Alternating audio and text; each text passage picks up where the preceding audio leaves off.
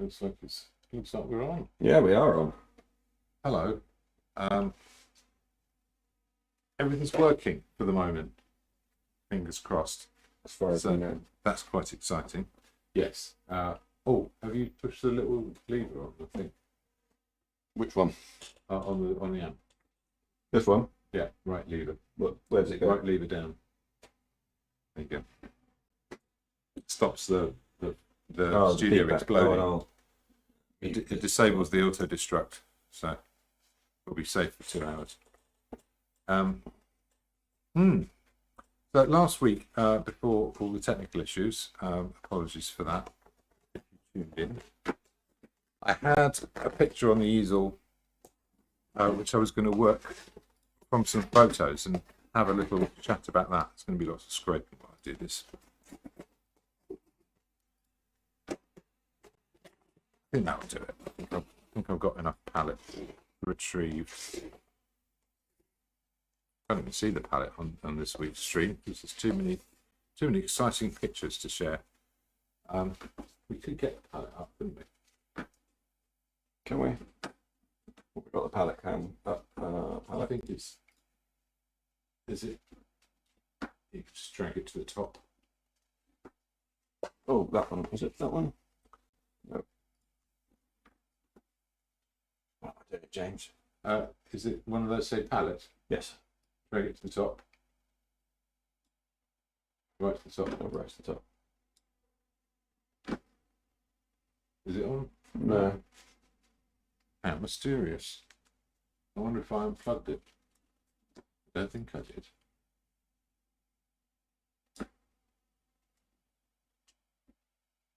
Oh well. It's not super important anyway.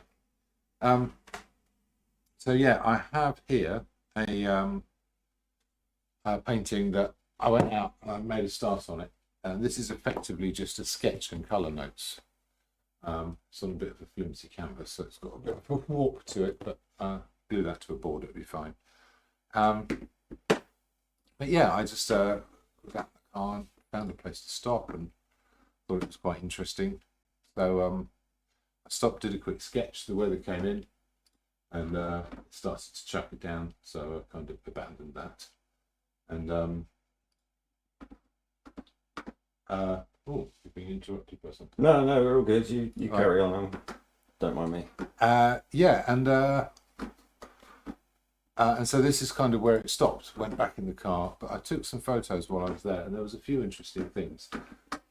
One was I like the sense of distance. I like that kind of zigzag quality, which I've slightly exaggerated on here. That sort of zigzag into the background. And I liked the sky, this sort of heavy sky, this threatening sky. Now, that is one thing that a photograph will flatten right off. So what you're seeing on the screen there, it's really very, very, very grey. But I was seeing other colours, and I need to bring those out slightly. So this is very much an exercise in mixing up the colours that I had and trying to create that sort of mood and putting the sky in.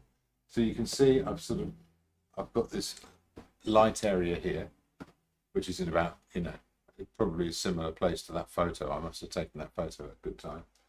And then there's a gap, and then there's this line here. Can you see that? And that's a kind of step forwards. So this thin cloud here, it should be probably about the same size as this cloud here, which is about the same size as this cloud here, which zooms right up. The sun is actually up here somewhere, but it is coming through the gap in the clouds here. Now I've got some other pictures, so if you'd be so kind, Graham. Certainly. Which one would you like to go to first? What's the next one? Let's have a look. It doesn't matter really. Okay, so we got any order. Okay, so that's a little close-up of the interest of the sky. And so I've got these sort of wandering clouds here, but then there's this interest going in, which obviously I can get close to doing. And I was kind of following that across the sky as I was going. So I've got photos from different places. So I'll probably move that back a bit. But it's not far off. And I don't have to be completely attached to how it relates to the drawing in the land and that kind of thing either. I've also got a pretty good sense of where there's steps backwards. So I've got this foreground tree, then I've got this row of trees here, and then it jumps back to sort of grayer, bluer stuff in the distance. So I want those jumps. This is just sort of some underpainting in brown. There's also there's a tree behind this one, so I've got to make some difference there. And another thing that the camera will do is it will make, it's just different shades of the same kind of green in the photo, but you can get a sense of this sort of warmth coming forwards. We've got this yellowy field here, this slightly more lush green field here. We've got this little dash of light going in the background,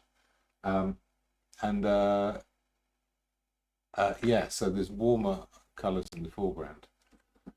So I need to get the foreground and the sky to hold together, and then this blue bit can be even bluer. So yeah, mixing is going to be the most important thing. We've got a picture of the gate whilst you were actually painting it as well. Oh yeah. So if we show you that one. Yes. So that's proof that I was there. I did actually do it while I was there, and that's the important thing, is that there's real experience for me to relate back to.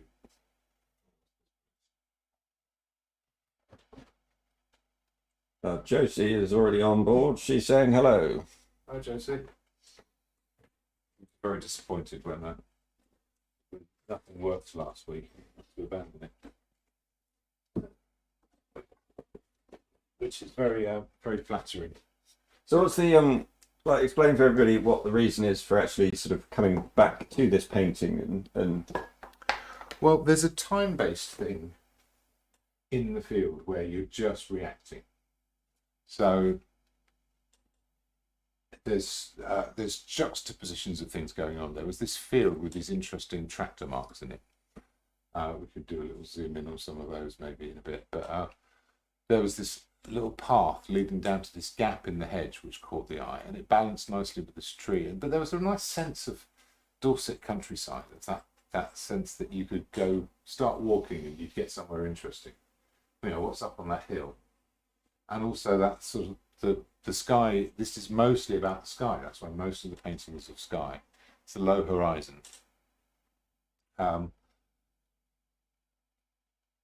And so was it the sky that drew you to like having 2/3 of the painting pretty much dedicated to the sky then? Yes. You were more interested in that at the time. Yes, I wanted the sense of this canopy. Mm-hmm.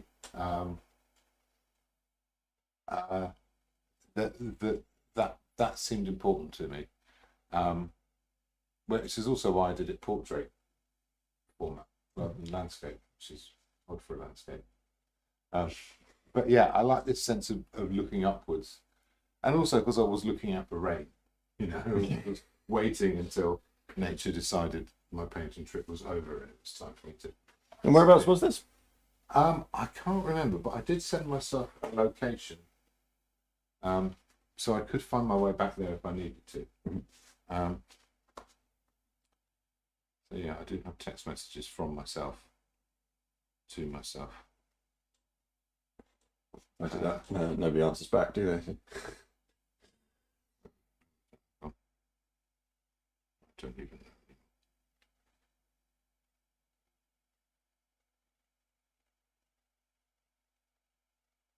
Let's just do a search.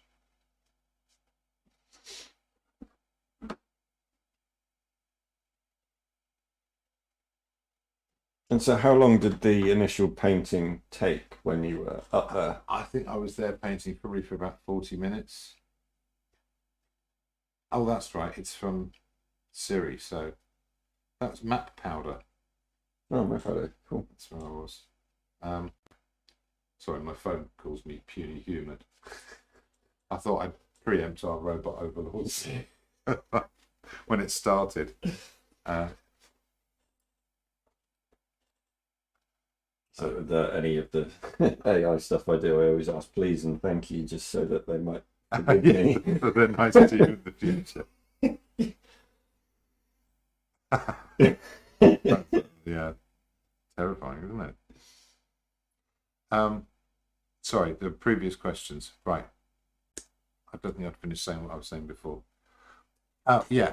Um, so yeah, so the first things I'm reacting to are to do with the feeling of being there. That's the thing that makes me stop.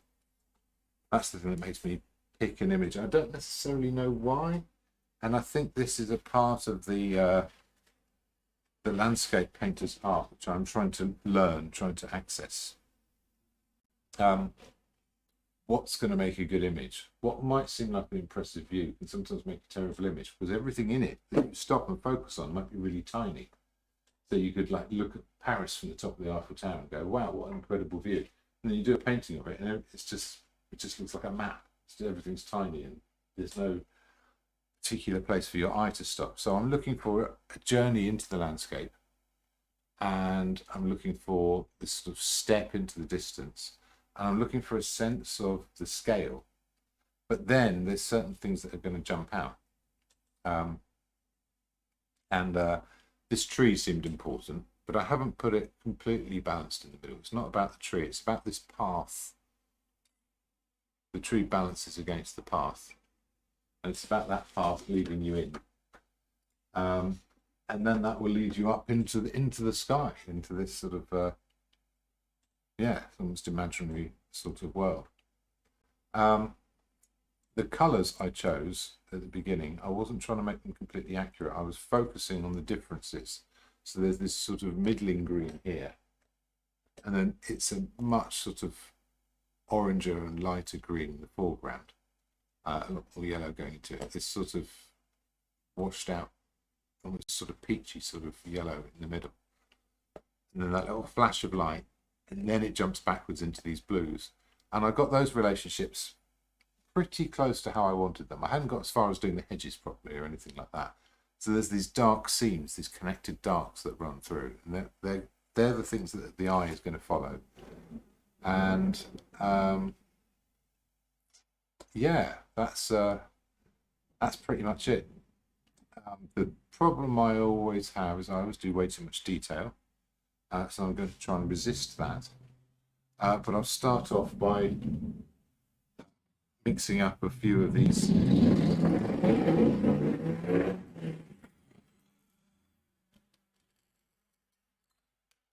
Do you want to go out and tell him how impressive he is, or shall I?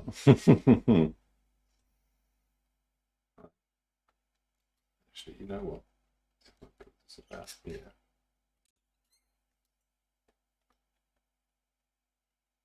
Right. Just going to move that back. There will be some camera fiddling as we go along. That's cool. That's a good shot. Yeah, that'll do it, won't it? Okay, now you can see both.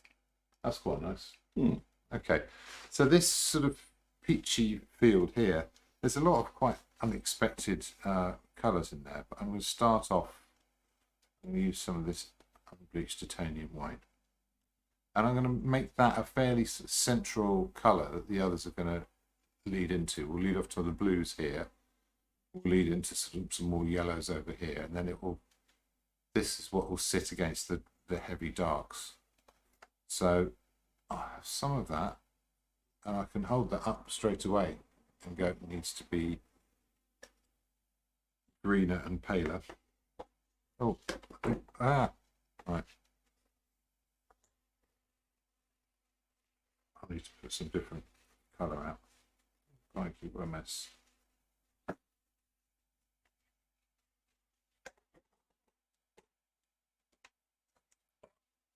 It's too late for all the scrapings.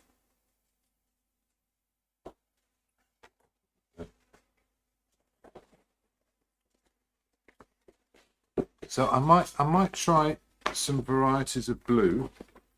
So I might have a bit of ultramarine. I've got burnt umber here, so I'm not going to use raw umber today. So I'll have some ultramarine, and I might use some viridian. I might use a bit of phthalo blue. And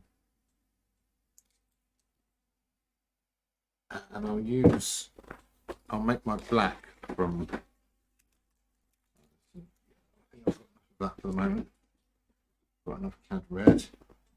Oh, I'm going to want a violet as well, so I'm going to use more violet in the ugh.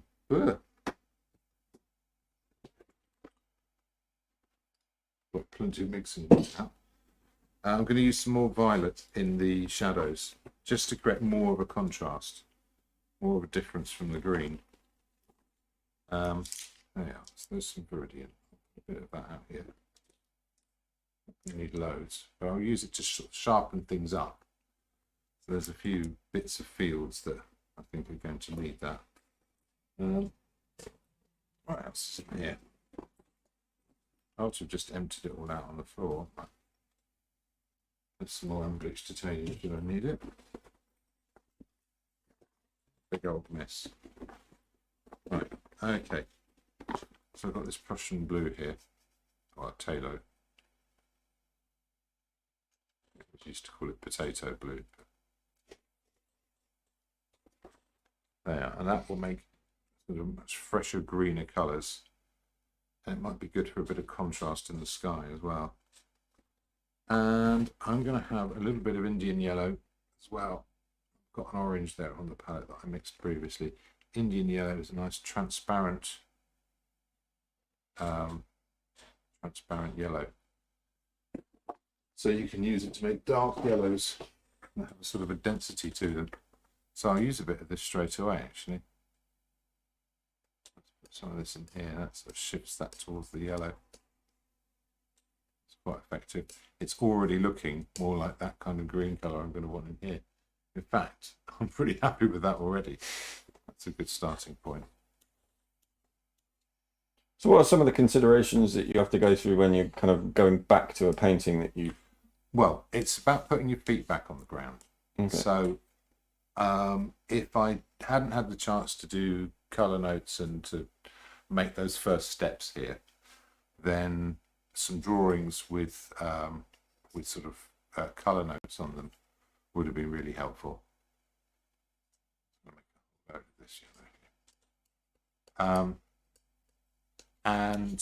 Yeah, anything just done by hand. It's your hand is connected to your eye, and you're via the brain, obviously. Otherwise, that would be uncomfortable. Yeah, that connection is the thing you want to record. If you hold up a camera and take a photo, the camera's doing most of the work and you're not necessarily paying attention.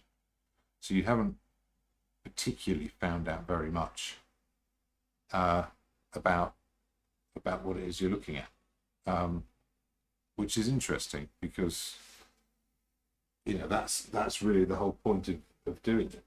Is to be present and to have an experience and try and document that experience in some way, in the hope that someone else will relate to it. Will see through your eyes, which means your eyes have got to be there, and so you can only look at so much. You can only collect so much information. I'm going to make a few more lights here.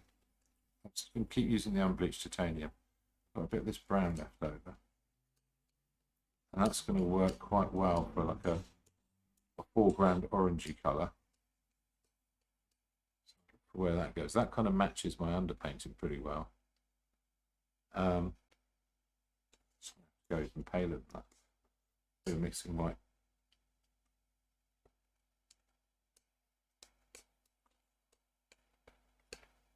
Okay, yeah, that's nice. And where that goes into shadow, that is one of the things that's going to become violet, especially in that path in the front. So I'll do a bit of violet while I've got some light on here. Josie has asked, so the plein air was done knowing that you'd go back and work further. I don't know whether that was a spelling mistake or not. No, plein air. It's French. Fair enough. Josie used to be a French teacher. Ah, very good. Yeah, très bien, I think is what you mean to say. Well, if I could speak French, then I probably would have done. Yeah. So the French got to name a lot of things. Outdoor painting, En plein air is the term they use, so we've adopted that. Most other terms are Italian, so the French have got a lot of catching up to do. And do you know how many famous painting terms there are that come from English? No. I can't think of any. Yeah. Yeah. Warts and all, but that's not really a painting term. No, more of a saying, isn't it? Well, that came from Holbein was commissioned to paint Cromwell's picture. Oh, right. And Cromwell, not being the most pleasant of individuals, struck terror into the minds, the hearts and minds of a lot of people. And Holbein was very worried because Cromwell was a very ugly man, and he wasn't quite sure what he should do about trying to be flattering. And he was discussing it with, I don't know, his assistant or whoever, about what he was meant to, what he was meant to do about, like, should he leave out his warts, or is that a part of his character and he should put that in? And Cromwell heard the whole thing as he was striding into the room and said, "You shall paint me as I am, warts and all." Ah, there we go. That's where that phrase comes from. But other than that, not sure we've got any. Okay, there's a nice little violet there, and I can see how that's going to sit in. I'm going to turn the colour up a little bit where applicable. It's going to be it's going to be a subtle one. So just going back to Jesse's question then. Yes. So yes, you did this knowing that you were going to come back and work on it again in the future. Well, the thing is, if the weather was perfect and everything just behaved itself, I could just end up there painting, and then there wouldn't be much left for me to do. Well, yeah. But equally, then, if the weather was perfect, you wouldn't have had that really nice sky. No, exactly. So yeah, it's an interesting one. I'm just wondering about that violet in this background here. So it's very pale. So that could be good for a colour to go in the sky as well. I've forgotten what this was and how it got there. Oh yeah, that was with the brown in. So with the colours that you mix up here, you do them all knowing that you're going to use them in future. So it's not a case of I'm going to, now paint this section, so I'm going to mix this bit up. Is it? Well, I want the same colours doing work for me over the whole painting, because it'll make the painting hang together. So if they look right together on your palette. Yeah, and they've got to have this feeling. So this is all relating back to that first original one, which represents kind of what's going on with this field. So now I've got that. So I can go into this warm colour. That's quite muddy. So I'm going to use a bit of this burnt umber. Let's pop that there. I'll put some white in it. I'll put a bit of blue in that.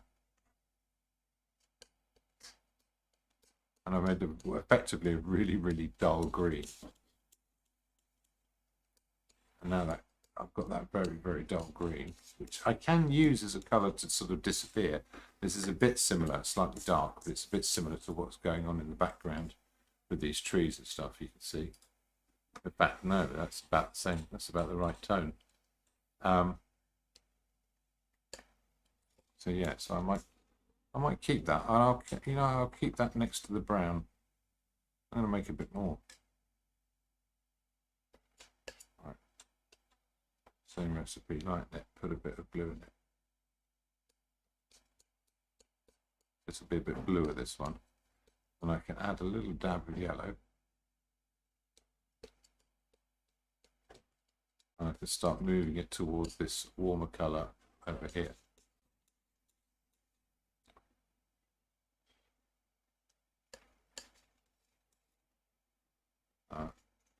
So yeah, a bit more yellow in that.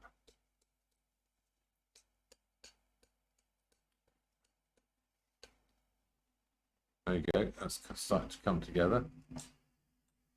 That might turn up in some of the foreground as well, but let's put it here. Let's put a bit more light in it. As I put a bit more light in it, I need a bit more yellow in it too. Pick up half of that, mix that in. And we should be starting to get closer to what's happening in that field there.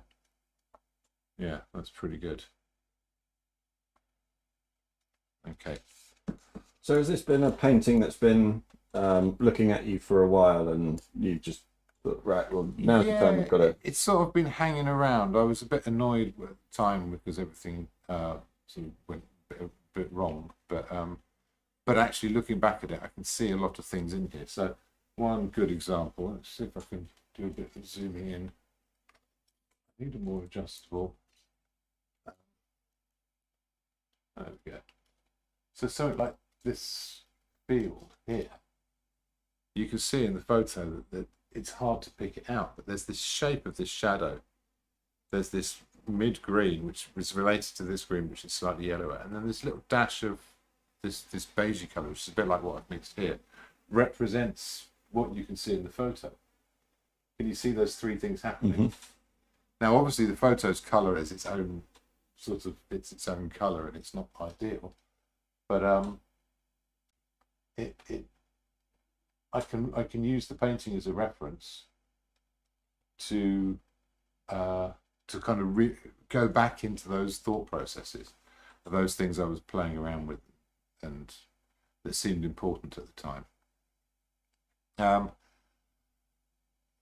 holding back from the lights and the darks, but one of the other things I am going to have to do is mix a light colour. Once I've got my sky colour, and when I'm talking about sky colour, I'm talking about a kind of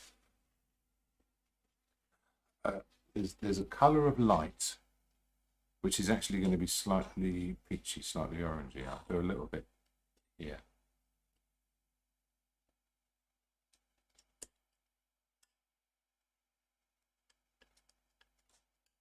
Probably too much. That's the maximum orange it's going to go.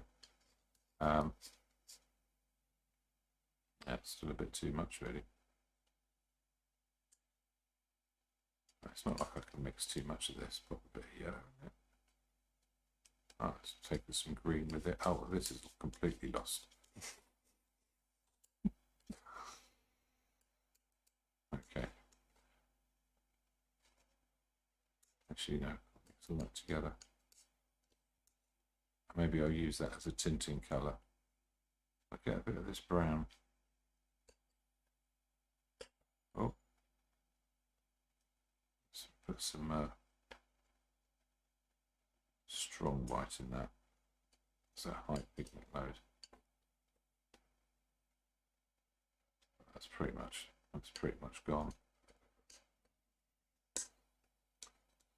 Okay, so for some of those cloud colours, this is a sort of a warmness that's coming through. It doesn't look very warm on the palette right now. In contrast to that, there's this bluish colour, which is going to be partly this slightly sort of Prussian blue. Let's put a dab of that. It's going to be very bright.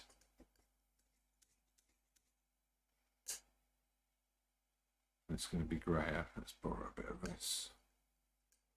It's going to be much, much lighter than that. I'm going to use mixing white because I'm going to want a quantity of it anyway. So that's gone. Has that gone too green? Yeah.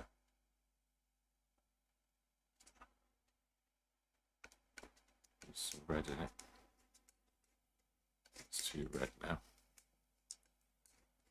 I'm already running out of room on my palette. I haven't managed the space very well. Need to come back to that. Okay. Okay, now I'm matching the photo now, which I shouldn't be doing really. But you can see that looks like quite a dark grey mixed on the palette. It's a lot darker than that white there. Yeah, it's quite a bit lighter than the sky I've already got. So I can put extra darks in there. It's also quite a bit darker than these light colours. So that'll be quite a useful starting point. It's also going to give me a sort of a flavour of the light that's falling on everything else. So I can take a bit of that. I can mix it with a bit of this green. And I've got a lighter colour that goes into sort of the high bits on this field. Does that make sense? Mm-hmm. Yeah. I've got a source of a yellower one. It's more yellow coming from the grass. I can go bluer if it's got more sort of shine off the sky. So the next thing And probably the last thing before I actually start putting some paint on is what's going on with these trees. So I'm going to mix myself a dark. I'll call it a black because it's not exactly a black. It's going to have a leaning to it. It's got a browny quality, but it's as dark as things are going to get in the picture, and that's for that tree there at the front. And then also got some very crisp greens. I'll just put these next to it. It's a bit brilliant, see what I can get away with. It's darker than that.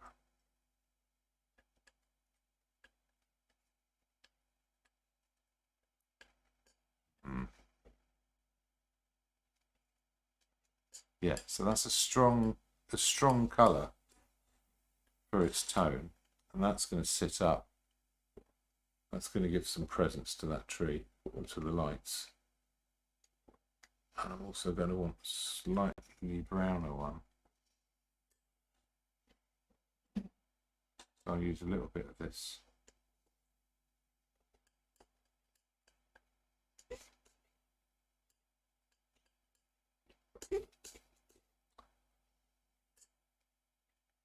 This is also going to work for the background as well. Right, I'm going to rearrange things. I think I've put things in slightly the wrong places.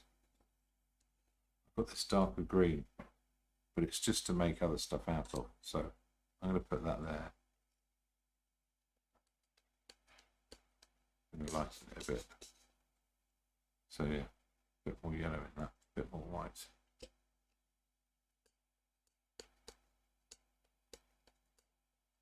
All of this, that's good. I can live there.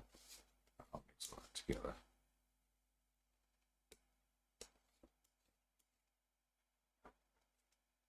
Okay, I've got that from my field bits. So that grey, what was that from again? Already losing my place. Oh yeah, no, I was thinking that would relate to the sky quite nicely. It's way too dark.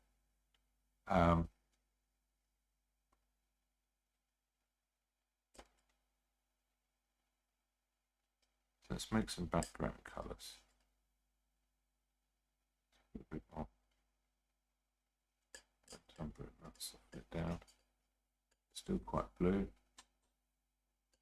A lot more white in it.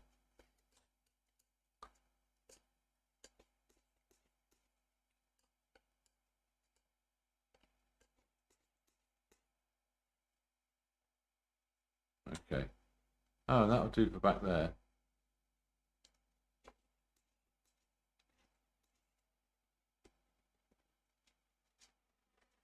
Okay, I think I have to get started now rather than just did the mixing colours forever.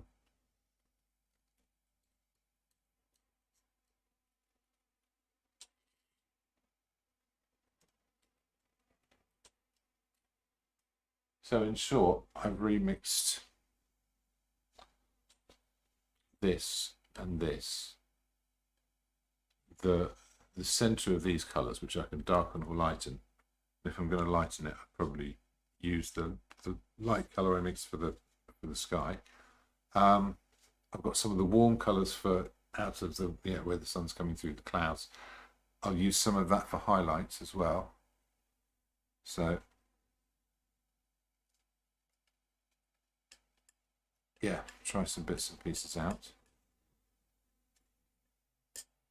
I guess the next thing is to just get some brushes and start putting it on. I've already got this solid surface of paint that I've got on ground. It's going to give me a context. It's going to give me feedback straight away as to what I'm actually putting on top of it in terms of the next colour. So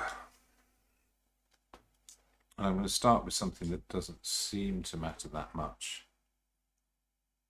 in terms of variations and things, which is this in the meantime. So I'm putting that on. You can barely see it, can you? I can flatten this off a bit. There's a bit behind. Again, I'm already making little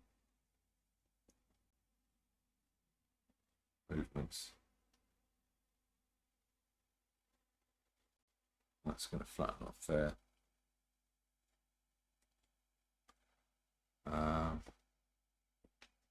So yes, there's a bit of light coming across. That line off a bit. That shape where that edge goes. A bit more of that in the foreground as well. Now, while I was there, I remember being able to see a highlight on top of the hedges. Actually, you can't see much of that at all anymore. There's this sort of grey stripe through the middle of that field, which gives you an idea of some of the forms that are going on.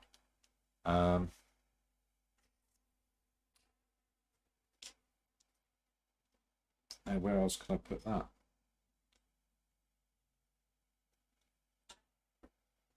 So I'm going to have a little zoom in. Oh, I can see there's a, that goes across, but there's another stripe in behind here.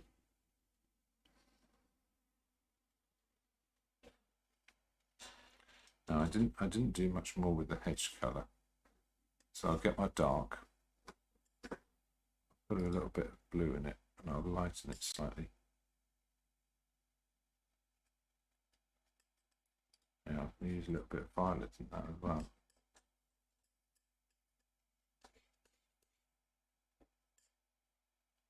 And as I go along, I'll just keep one brush for this. I'll be able to put in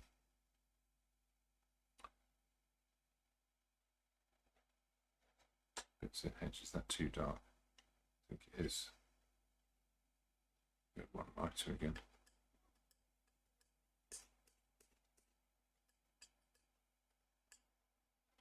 There we are.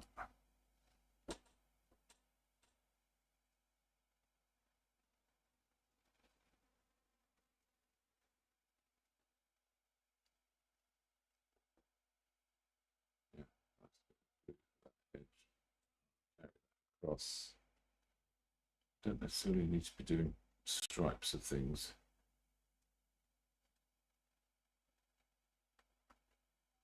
Just at this level, I think it'll work fine.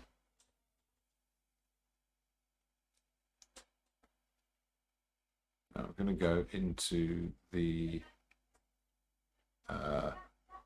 background first.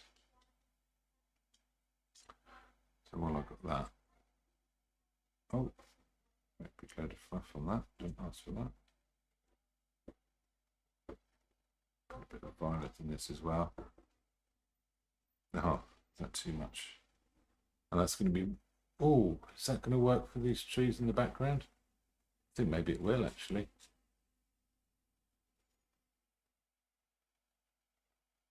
Yeah, there's some of these bigger shapes back here. Don't want to get too carried away. And I might want to do a bit more after the sky goes in.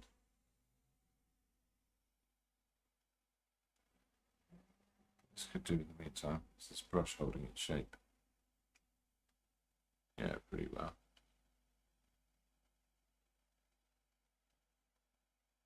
Yeah, there's all these sort of distant fields and things which I feel like I need to put in, but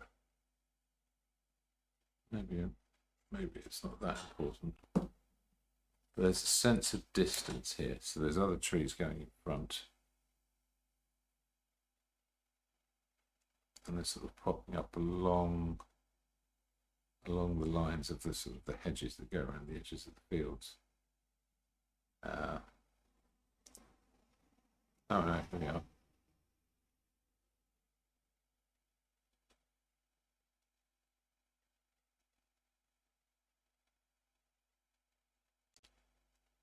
So I put that in a bit there as well. Yeah, so get some of these details in.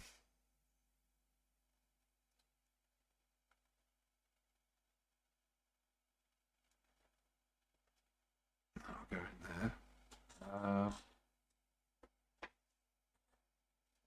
Even a little bit paler, a little bit greener, So I'm starting with the detailed bits, but it is this view through to the distance that's really doing a job. And once I've got an idea of which bits of the palette work on this, then I can always put them back if I end up going over them. Yeah, there's a sense of a distant land mass over here.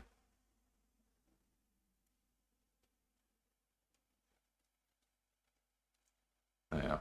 Okay, now I've got that, I can move forwards to some of these trees that sit in front.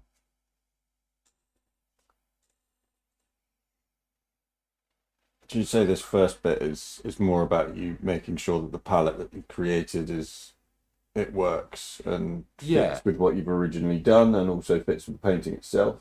Yeah.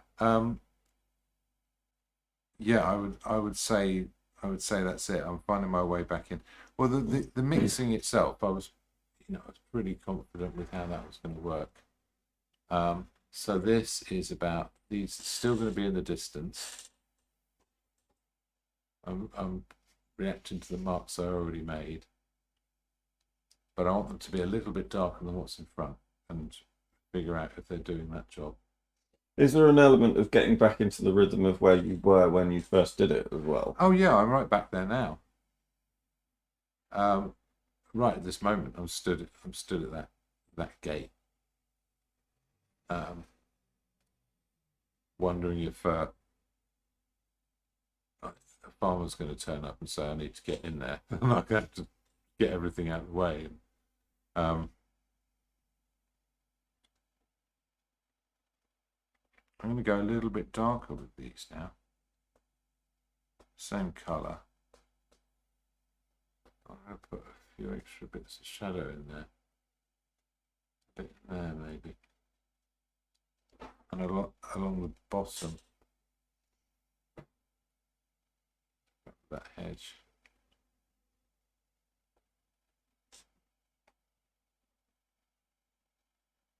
Just to create a sort of a sense of structure, and it's sitting in front. And it is amazing how when you're out painting, you can be doing a really good job of matching the colours you see and sort of being quite what's the word? Authentic and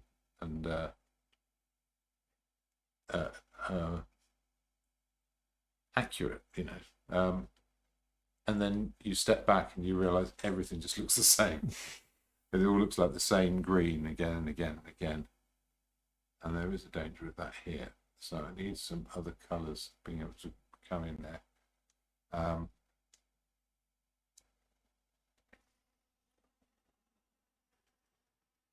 That's going to be what else? But it's not quite time for the violet yet. They're not going to show up until these trees in front. That's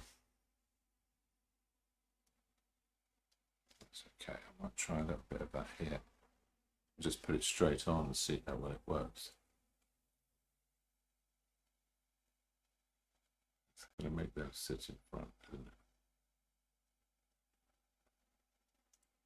And then we've got a few of these here.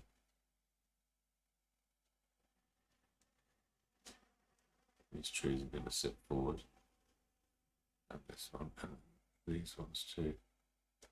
I'm going to put a bit of that violet in, just to make them sit forward, and I think that works. I think they jump forwards a bit now. It sort of fades off a little bit again. It's going to be a bit more in here, especially in some of these dark shapes. So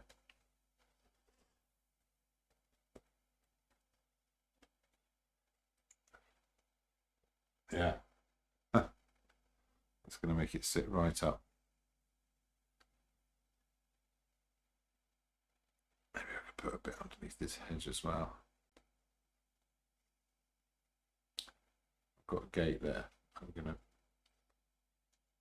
find my way back to that.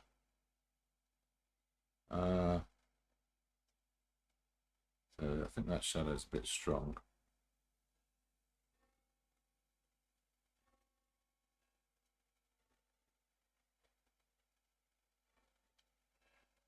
pop a little bit in here just to give that edge.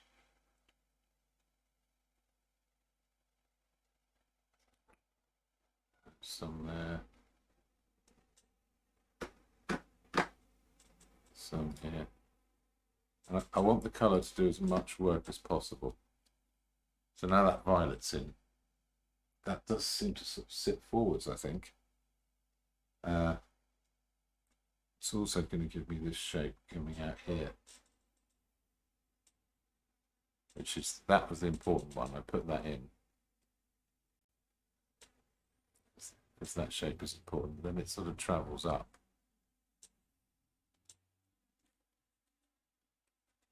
But I'm going to keep it rough as it comes into the foreground. There's still a sense of distance there.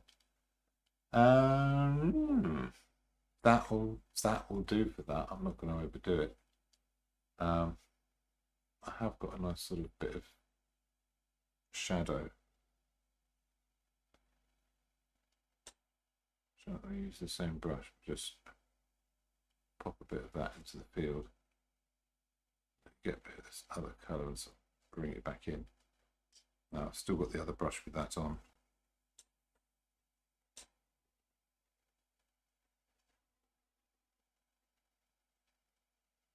I need that to cut right into the tree.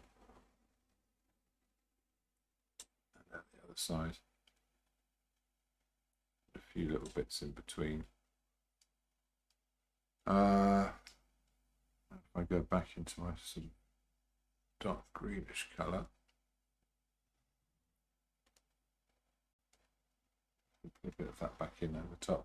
I'm still feeling like these colours are too dull. I need to put some other things in there. But when it starts breaking up the violet, it will do a job.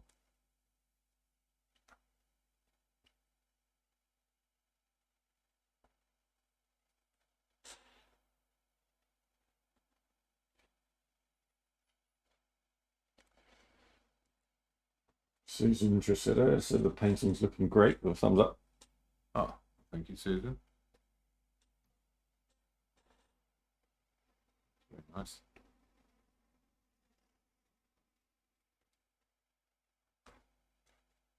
Okay. So I'm having a little wander around.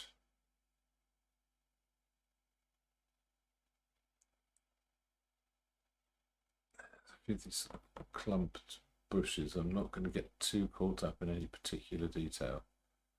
I can go back into the background a bit. Let's take a bit of this white, put it in here.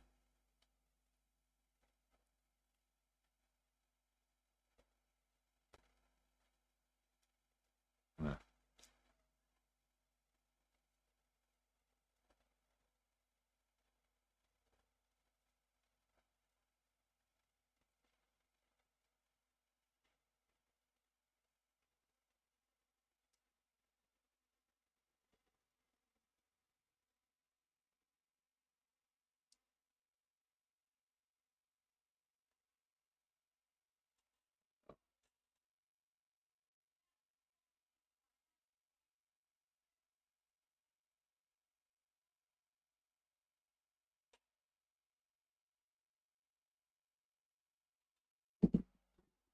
Okay. Give this brush a clean. I'm going to go into some of the light in the background.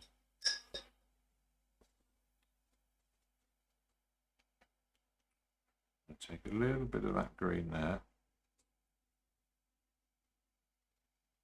A little bit of this grey.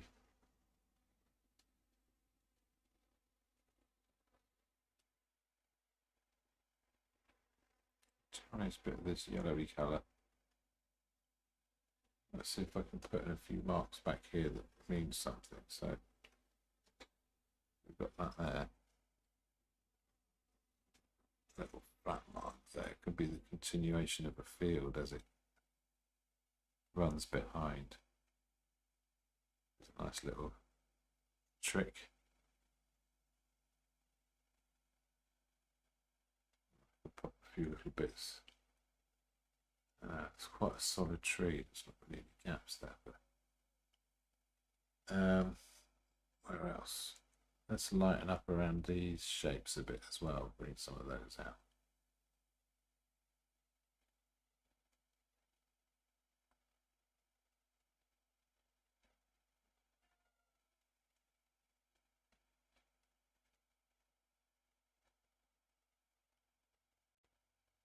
Up here, a little bit there.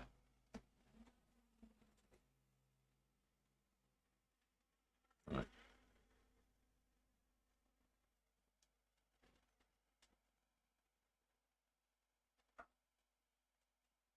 Yeah, a few sort of distant strips of light popping up.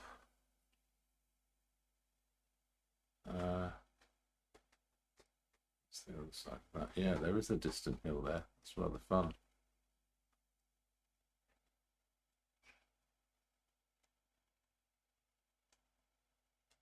So this, yeah, there's a strip of light here. And if I go back to my shadow colour, it's a bit violet, that brush. That's the wrong brush, never mind. I'm going to break a few things into that. So I feel quite comfortable with the sense of distance I'm creating here. Next thing I would probably do is come to this field colour in the foreground. Now I'll pick up some of this light and put it in here, a bit like I wanted to before. It's too much. So let it mix on the brush a bit.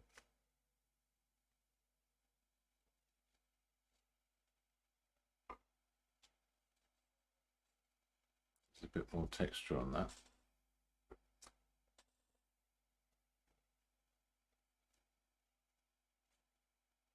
Yeah, that will make that shadow come out, shadow of that tree, which would give us a sense of where the light is coming from.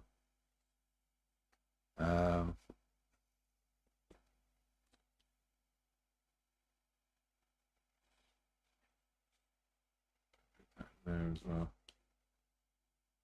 Right, not really too many brushes at once. Most of them I'm not even using. Let's just pop them down there for a second. Okay, I'm going to make an even greener or sort of verdant colour for this foreground here. That's still too light.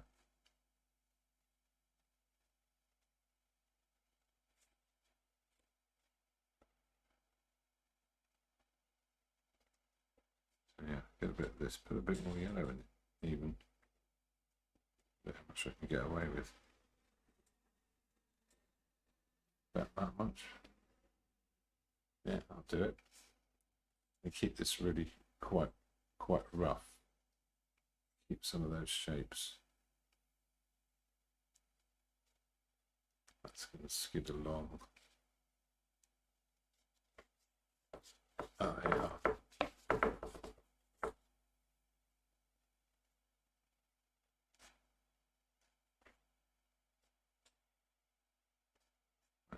Go back to that bluish one just for a moment, just for next to the hedge. Oh.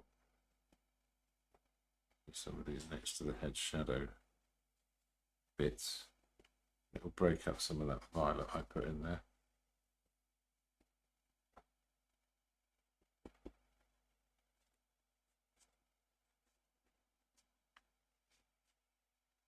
Okay, that needs to be grey and greener.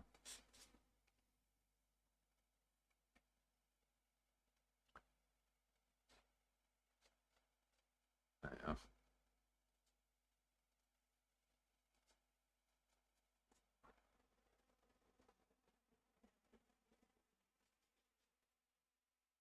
What's that doing?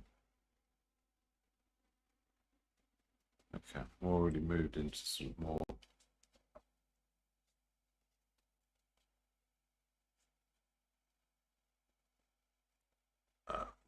stronger colours, slightly more. Right, it mixes. Right, now that colour's on the brush, I'm really seeing how I could use that for some of the highlights on the tree here. So I'm going to zoom in on that tree.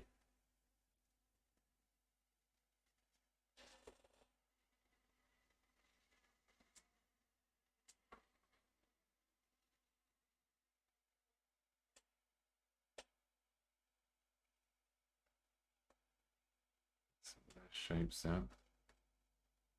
Okay. Oh, a few bits here. So yeah, it's a tricky one to know what you're meant to be doing first, because now there's sort of fields that I'm not doing. I know what I was coming back to. I was coming back to, there's a lot of light. Slightly peachy colour. And this is the light that I'm using for the sky. There's a lot of it in here, and it's showing through the gaps in this tree.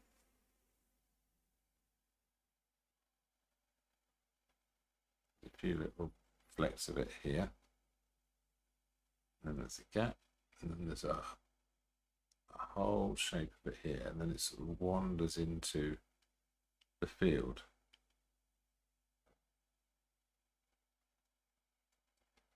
Into the tree shape of places as well.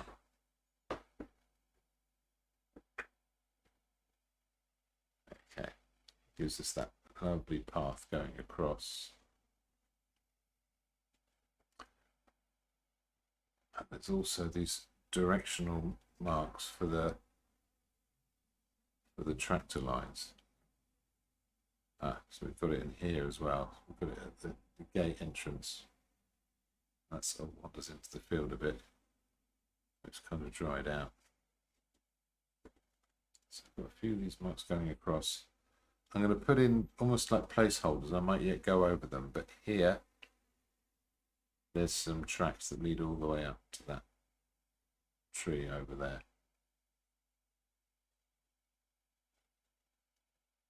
And then here I do a similar thing. Let's see if I can get the scale of this right. Like I said, I can go over it later on. So those too strong, those marks.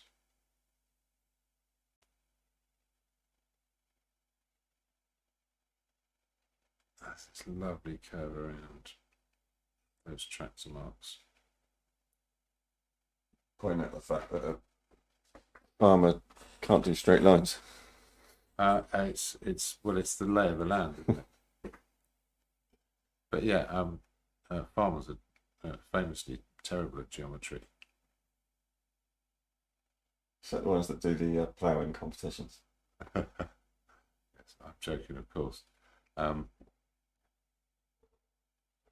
Messages in from angry farmers with pitchforks. Yeah. Oh yeah, the old pitchfork stereotype again.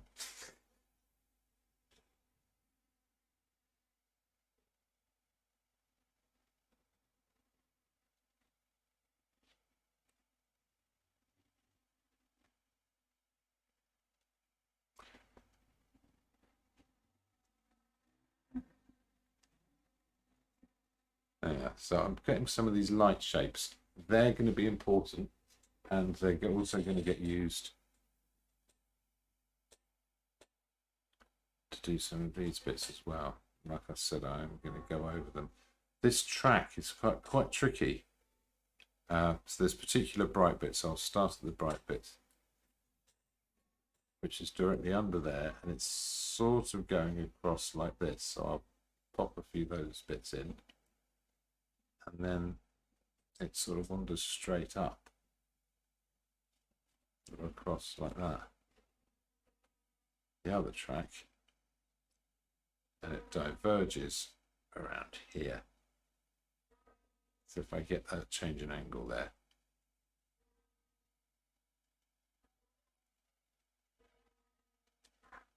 Okay, that works, doesn't it? Hmm. A few sort of streaks into the land. So a bit of dry brush. I'm going to miss. Using a decent sized brush here as well. I'm not getting too carried away with. I really like the kind of position of where the tracks are in relation to this because it's almost sort of draws you in as a you are going to be going down in the Yeah, bits. no, exactly. There's this potential journey waiting in front of you. And then you get to the second field, and then there's well, you could go anywhere. So put a few of these lights in as well.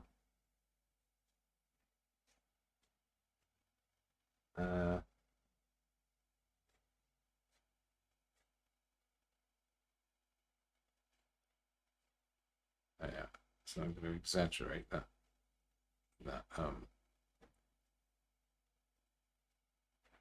what would you call it, perspective. Yeah, so I'll put a bit of light in there. Right, now I'm going to go back to this green. Actually, no, it was more like this, wasn't it? I still think it's too clean a colour, but no, see, that's still way too yellow.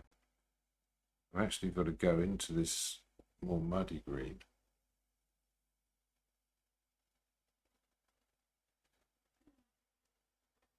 And pop some of that in. Oh. Then I can get gradually lighter as I go across.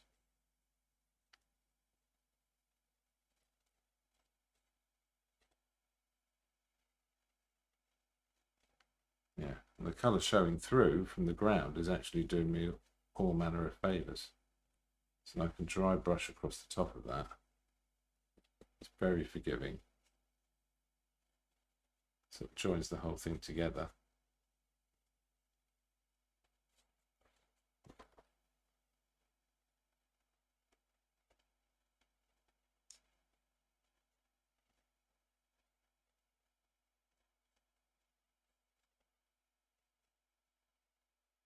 There you are.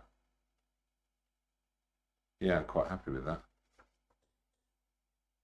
Sort of path going across here. I'll put that in afterwards. Yeah, bring it down to the edges a bit. That sense of the light behind the tree really works now. I don't know if I need to do anything more to that. Oh, I've got this slightly, yeah, so this was the other colour I mixed. And for where there's this is burnt umber and white pretty much. And where there's these slightly darker bits of the tracks. Put some of these in. Oh, just to say, James, that we are at 8 o'clock mark. Hey, Halfway through. that's the funny thing when you're doing studio stuff. Now I still feel like these aren't joined together well enough. I think I'm going to get some of this green I just used, and I'm going to bring it in some of the edges of the fields here.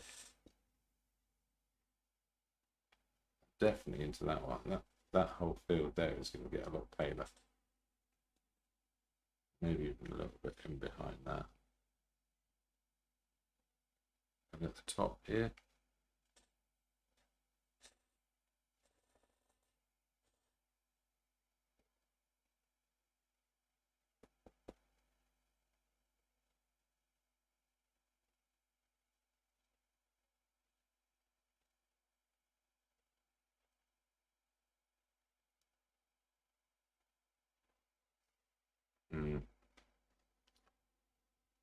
Right, where was I with that green? Can't even remember. Oh yeah. I can go a little bit paler, I think. Just a little bit. I'm going to keep it really quite crisp, and the brightness of that green, or the cleanness of it, is going to allow for what do you call it? Bit across here as well. It will throw it forwards without it having to be sort of a warmer colour, if you like. I can put a little bit on the top of the hedges as well, which is the thing that seemed important to me at the time.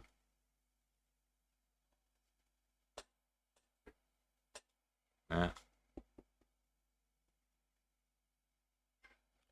it's going to get yellower at the front, but I'll put a few of these highlights in first in the short term,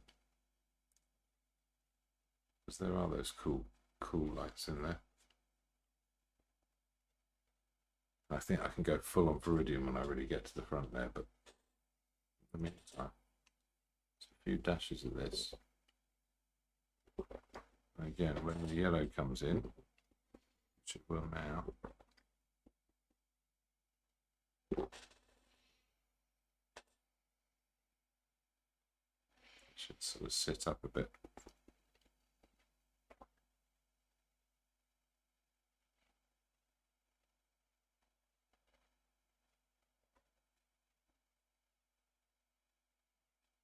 There we are. I think this could probably be thicker paint, a bit lighter.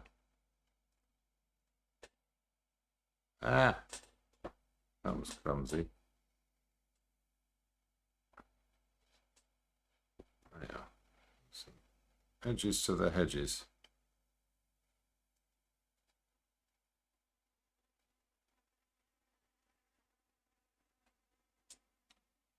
There we go. Break that up a little bit as well. Need to be any kind of stripe, does it?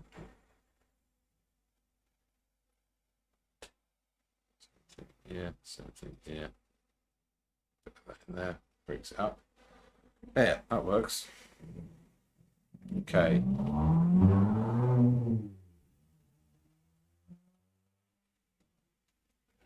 Go back to this field here. It's very interesting shape, this tree. Go back to that crisp light colour. Lighten it a bit more.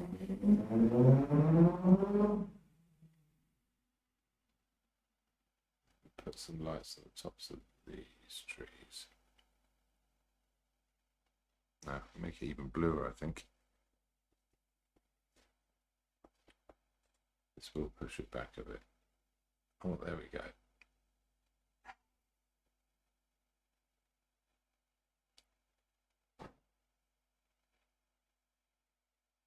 Okay, really got to look at this actually. I can't just go slapdash with it.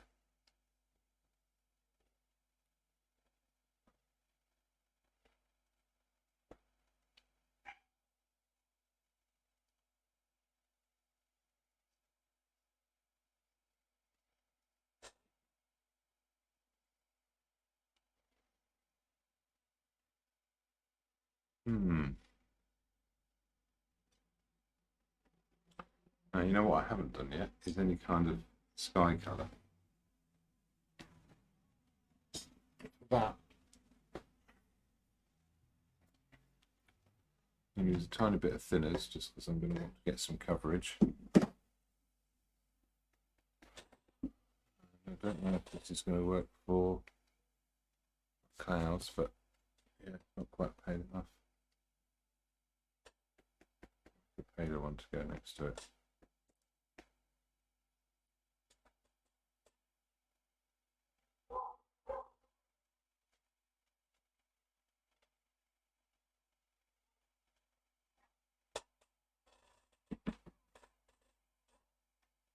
Yeah.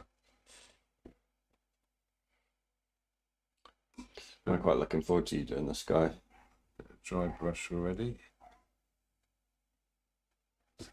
So you're kind of painting the air really, but I'll get that light edge on first. Sort of brush that in, dry brush.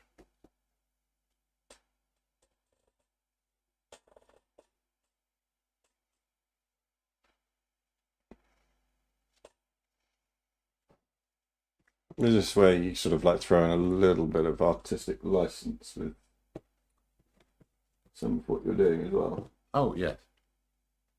Yeah. Considering this is the part that's taking up the majority of the canvas. Yes. Absolutely. Right, I'm just going to go back to my darks. Got this dark, very dark browny dark here, and I'm going to pop some blobs of that in just where I need to kind of really establish some shapes, especially where the contrast is greatest. So there's trunks there.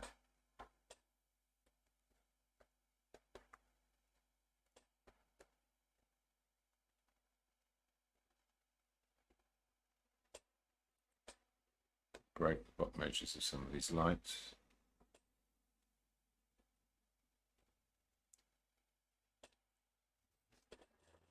Put some in the edge too.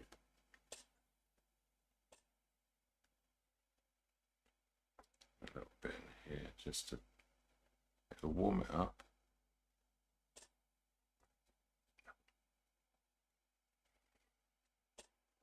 There you are. It's looking better already, isn't it? Mm. Shall we have a short break and then I think so.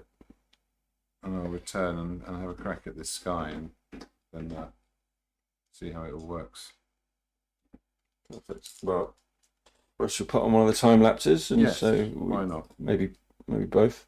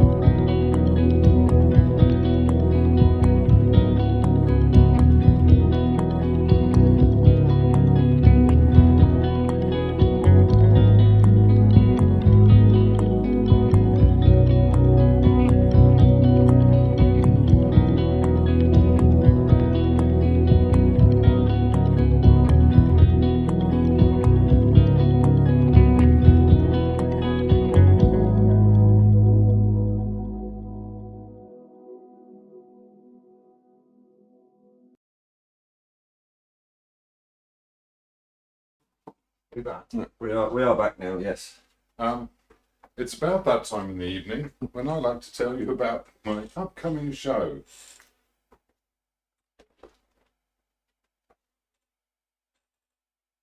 Up a little bit. Up a little bit. Up a little bit. There you are. Nice and shiny. It's called Window on a World, and it's Shaftesbury Arts Centre, and it's my focus was 31st of July to 5th of August. Hang on.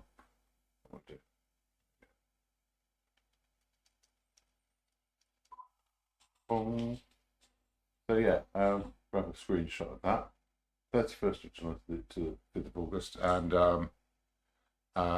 it's I've called it Painting as Illusion and Invention, which is pretty much what I'm doing now. I'm making stuff up, and I'm trying to make a place, which will go in a frame, and it'll be a window on the world. I guess it's really that simple, the concept. Nothing, nowhere near as pretentious or intellectual as the thing I did last year. I didn't go down well at all. No, lots of people were very supportive and enjoyed that, but I thought I'd do something with them that's easily accessible. So yes, there will be an email or emails going out about that in the build-up. So you can sign up to the email list on my website and get an email roughly every 2 years about a day before an exhibition starts. Roughly every 2 years. No, I'm getting too standard on this. I'm getting up to 2 a year now, so you're not going to get bombarded. And but yeah, it's a great way to sort of keep up to date with things. No, it's not. It's a terrible way to keep up to date with things, but it's the best hope you've got. That's the way I would put it. Yeah, I'm terrible with that kind of stuff. But at least it's better than bombarding people and making a nuisance of yourself. There seems to be no shortage of that. It might be worth just mentioning about the kind of conversation we were having in the break about the way that you kind of attack these sort of paintings, or how individuals attack them depending on what they're seeing and yes. So yeah, you were asking me if this is different to if I'm doing a still life. And it is in terms of the process, but in terms of the attention you're giving stuff, and how would I put it? Yeah, I was saying there's a sort of there's a sort of a capacity for information that we have, and most of the time it makes sense for us to function in a way that uses as little of that as possible. It's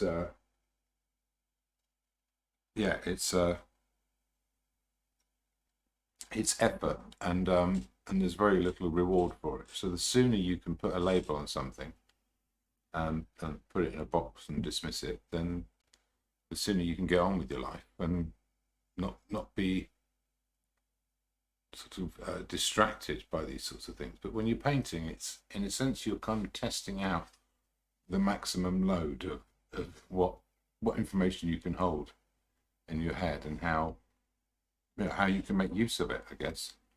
That's not right at all. And so in a sense that's what I'm doing, whatever I'm painting. I'm trying to be aware of as many things as possible, hold them all in my head together, and use that process for it to deliver to me a sort of a story of what I'm experiencing, of making sense of it in some way. so that's really what I'm trying to do here as well. I've got these greens on. Talking about this tree, there's bits coming down from this tree. And now they're mixing with that background, which is actually fine. That's kind of what I want.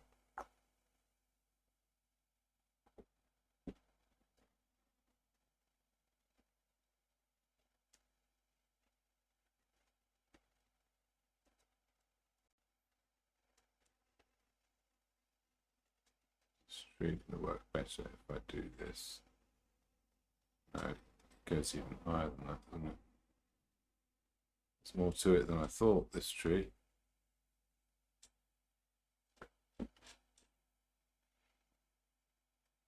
Yeah, what was I saying? Oh yes, so there is this sort of interesting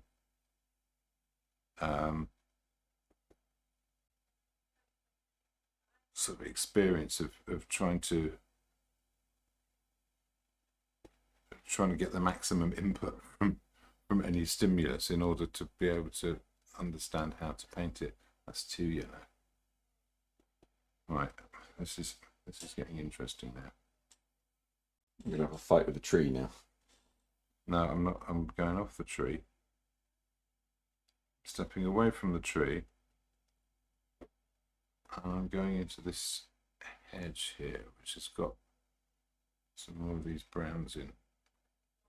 Josie asked just before the break, is the dark, is it pronounced phthalo blue? Talo, yes. Phthalo, yeah. I think it's Talo. I mean, who knows? We read these labels. And You said it earlier, potato blue. Yes. And burnt umber. Yes. Yes, that's right. Yeah. So yeah, potato blue available at all good art supply stores. Failing that, bed shops. Is there I mean, this is just a question for me here, but are there sort of stock standard colours that you are produced, which then you create all your colours from? So that there's only sort of like a core. It's funny that I would have taken that for granted. I've never talked about that, but yes, absolutely. There are pigments that have been used for centuries, which are present in paintings going all the way back, to the early days of painting, and through various sort of different techniques and things as well. So I'm just finding how useful this violet is for darkening the green. Yeah, there was a bumper period. I suppose bumper is as good a word as any in the 19th century for creating new pigments and ways of sort of manufacturing them. There are certain pigments which were sort of almost mythical. Purples particularly. So nature doesn't produce many blue things. So it's blue pigments have always been sort of difficult to manage and to get hold of and to refine and to keep consistent and all that kind of stuff.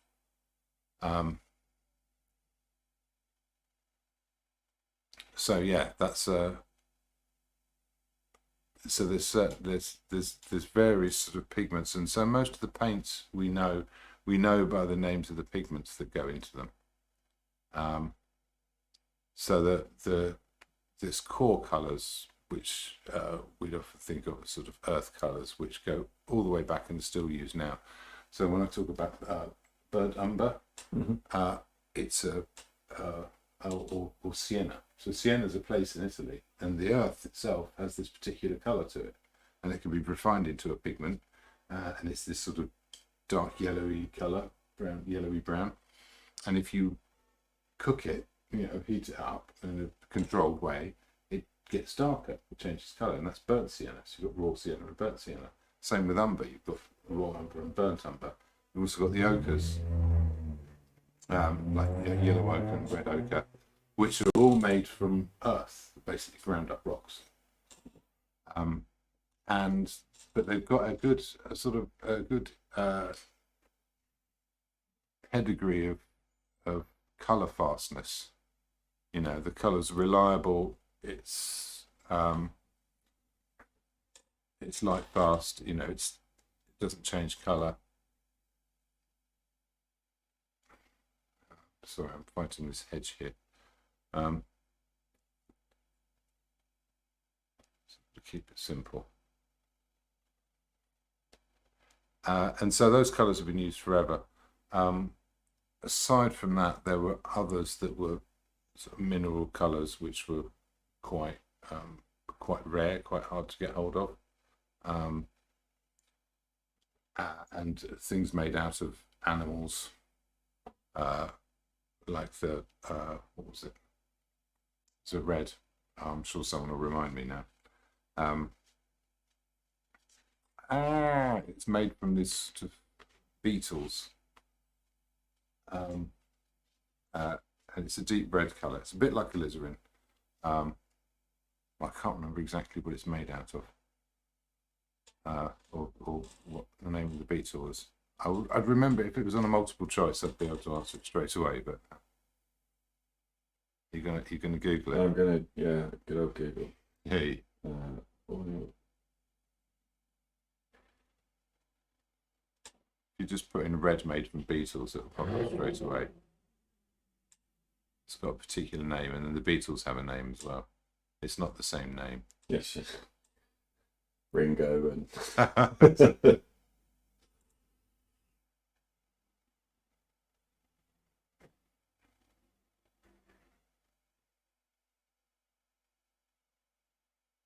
carmine and crimson, made by extracting a dye from the Kermes insect. No, it's not that. There's a particular beetle. Cochium. That's it. And what does it make? Cochineal beetle. This new source was found in the Mexican kinship.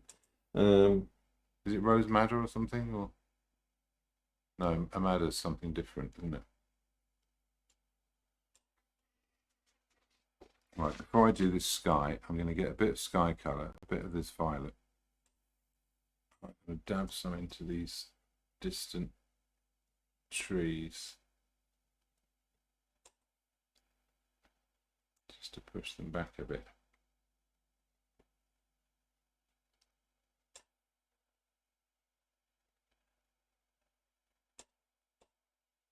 Yes, so there were reds were quite hard to come by, at least reliable reds.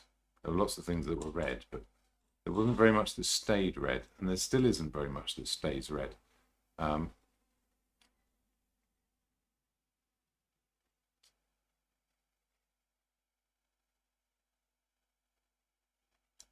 So the 19th century they managed to replicate a good number of well-known pigments that were very, very expensive, for one, and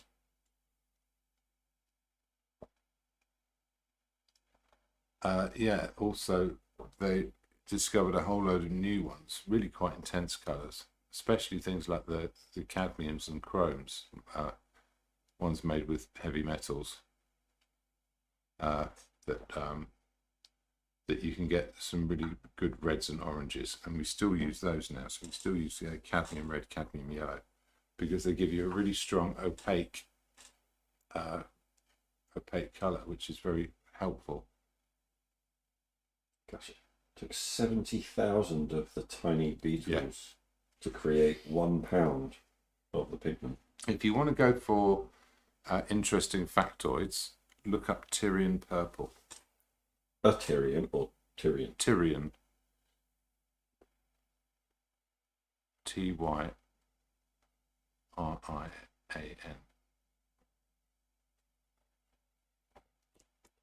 Tyrian purple was was something of a luxury. It was taken from the secretions of several species of mollusks. Well, snail, they say. Yeah, a sea snail, tiny sea snail, and you needed an awful lot of them. But the price of it, it was almost priceless. The price only really became meaningful when it had been used, and it was something like a yard of silk dyed with Tyrian purple in the Roman Empire was worth about the same as a slave. So worth the same as a human being to the Romans. It's terrifying, really. But to think that kind of weird commerce. We think we live in the first sort of period of time where people spend stupid money on worthless things, but no, they've been doing it forever.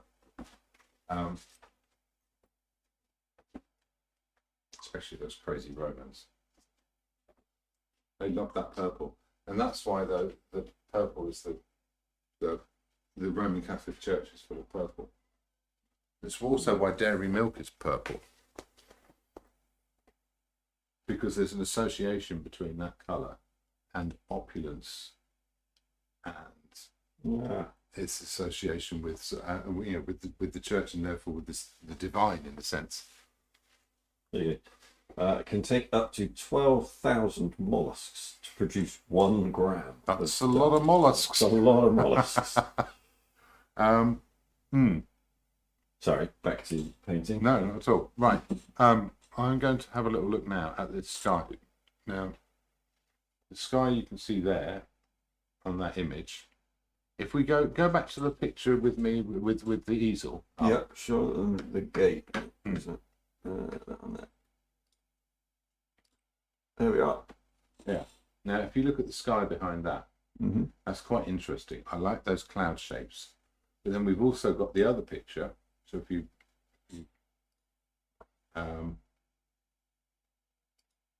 there you go. And you can see some of those cloud shapes, but then with lights coming out from behind. That's in one particular spot. So it's in sort of this middle bit of the sky. But I could move that around, but I like it. That's where I went to put it, which is probably why I remembered to paint that then. And if we go back to the original image,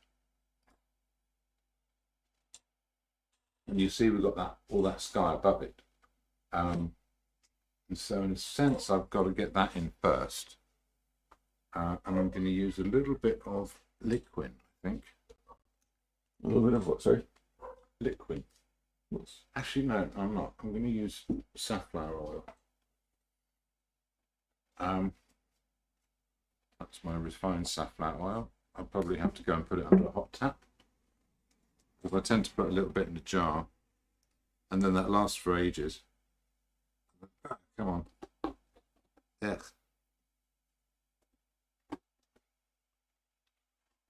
So it's slightly runnier than linseed oil. Should I put some in? I'll put some in that. Oh, is there already some in that lid? No, it's dried out. That's fine. I've got sticky oil all over my hand. Right. It's very non-yellowing. So it's great for mixing with whites and light colours. And it's slightly runnier. It's slightly looser, if you like. Okay. So I've got that edge there. This looks very blue, doesn't it? But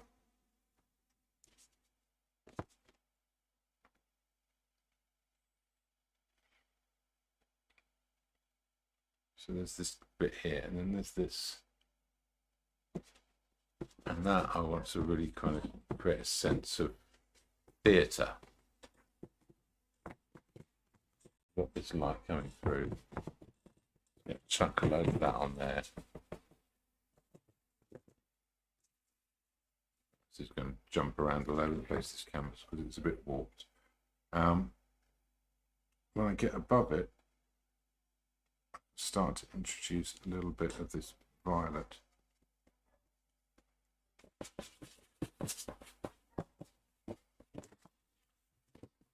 Okay. Just rub that in. That might behoove me to get a backing board for this, but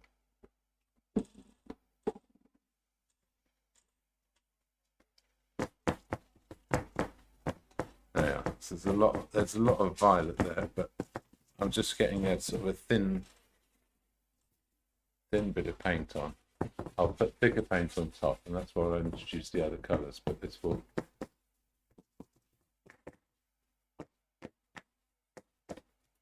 give me something.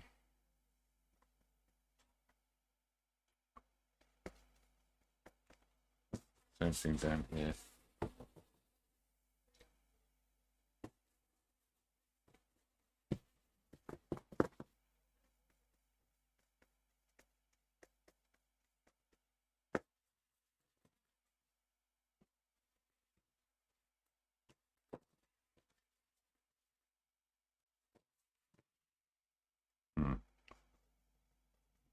Lights nearer the top. Oh, lumps. Lumps. Okay, now I can start to introduce some of these lights.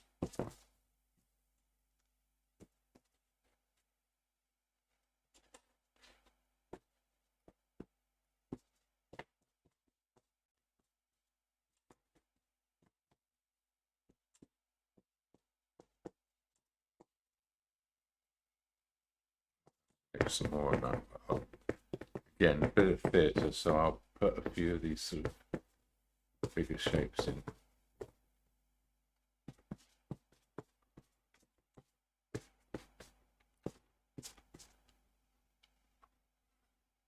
Okay, and then maybe do a bit of the same. Bit of oil. This light in here. I was saying before that the blue colours will allow the yellows to look a lot more orange.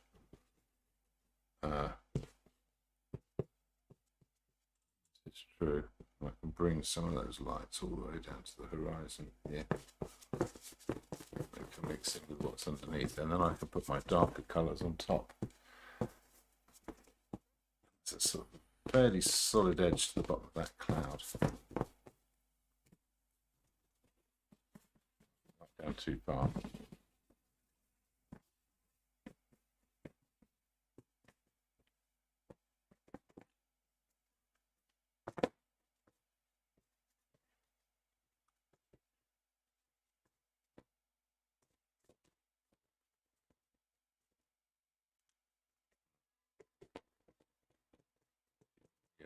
There. This is where it's really interesting. A bit more lighting is where that sun's going to be, which is up here.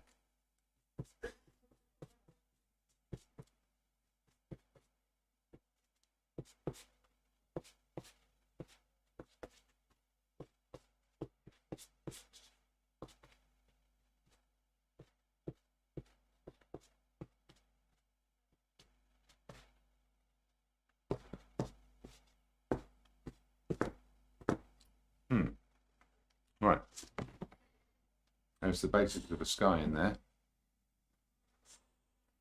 I'm going to bring some of that violet a bit further down. Maybe make it a bit browner. I don't know. Oh, there we go.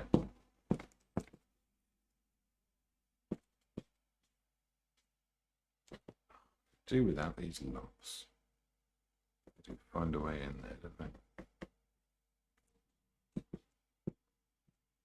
Just going back to the sort of oil colours. Oh yes.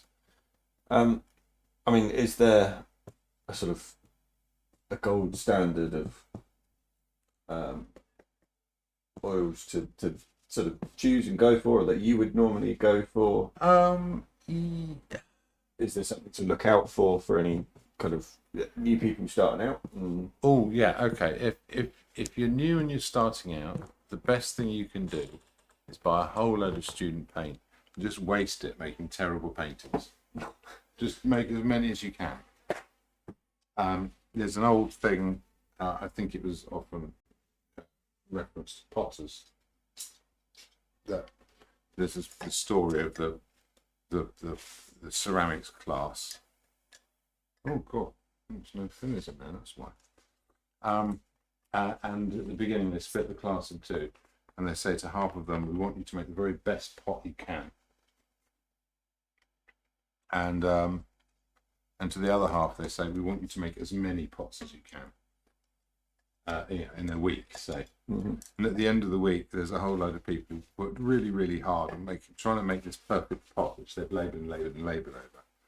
And everyone else has just got 100 pots that are all kind of wonky and all over the place, and you know, all sorts of terrible messes and collapsed things and air bubbles and all the rest of it. And then they'd say to each side, now everyone sit down and make one pot. And the people who made 100 pots just make a pot. And the people who have tried to make a perfect pot still can't make a pot. And it's what they call iteration. Iteration isn't the same as repetition. Repetition is doing the same thing again and again. Iteration is doing different things again and again and again with incrementally small improvements. So yeah, so if you're a beginner, get a whole load of straightforward student paint. A reasonable brand. I think Winton is pretty good. It's the Windsor Newton one. And just go for it. The other thing I often say to people is that the best way to make waste paint is to make bad paintings, and the best way to make bad paintings is not to use enough paint. People get really stingy with it, and yeah, if you have to slap it on to find out it's wrong, and then scrape it all off again and bin it, it's not wasted because you know something you didn't know before, and that's all you want it to tell you. But yes, there is a kind of there are certain brands which are very well regarded. The ultimate test of what makes a paint good or not is whether it's properly mulled, so it has a good consistency to make it actually sort of usable out the tube, which is why you buy paint in a tube, and pigment load. So ultimately you're not really buying paint, you're buying pigment. And you kind of have to mix your own paint in a sense. So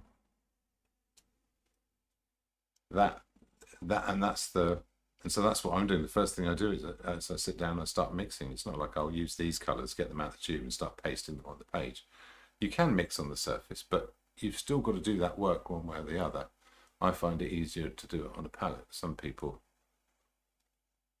will mix on a surface and produce really lovely things. So there's no sort of rule to it, but so when you say mix on the surface, that is on the canvas? Yeah, sometimes people will they just paste a load of paint on straight out the tube, and then they'll see it and they'll go, it needs to be lighter, that needs to be bluer, that needs to be whatever, and then they put the paint on the surface and mix it in with the paint that's already there. And so you build these layers, and you get sort of bits of bright colour surviving. So you get this sort of textural approach. It can be really effective, but it's harder to do, I think. It's harder to do well. You can. It's easier to do badly. You know? Yes. Sorry, I'm still. It's funny. I'm not staying on topic very well. Can't see that. Okay, I'm going to make slightly greener blue now. You know what? I'm going to need I'm going to need proper lumps of paint.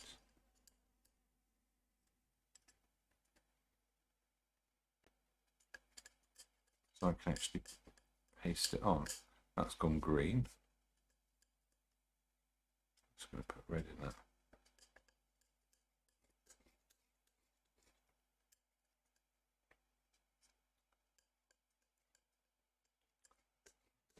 bluer. Now it's way too blue.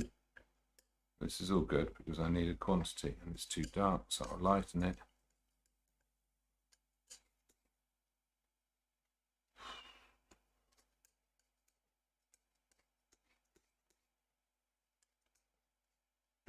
So yeah, so the big test is what's the pigment like? And if you've got good quality pigment and it's properly mold, so it's an even consistency, and there's plenty of it, then that's the most useful paint you can have. But if you want, the thing is, especially with oil paint, there's this there's been a big change since it got put in tubes, because once it was put in tubes, if you can afford it, you can just take it straight out the tube and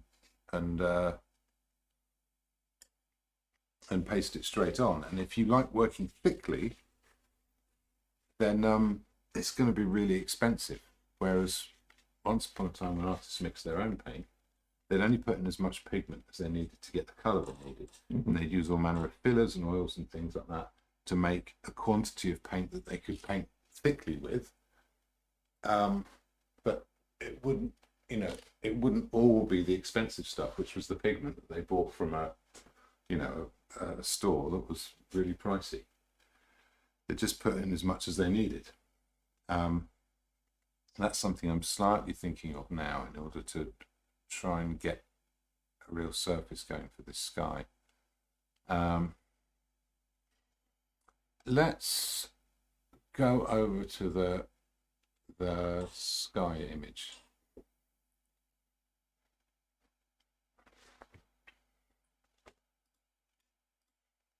There we go. Now, that's very interesting to me. And looking at that, there's stuff happening behind it.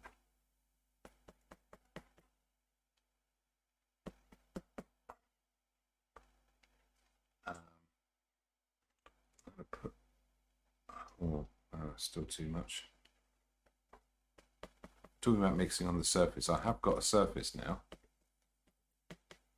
of paint that I can kind of work into, and it is going to mix on the surface. And as I push it down nearer the horizon, it's going to leave that sort of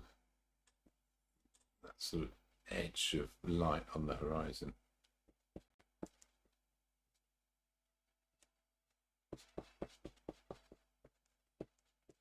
There you are. You see it mixing on the surface now. There's even a bit behind here. Very subtle.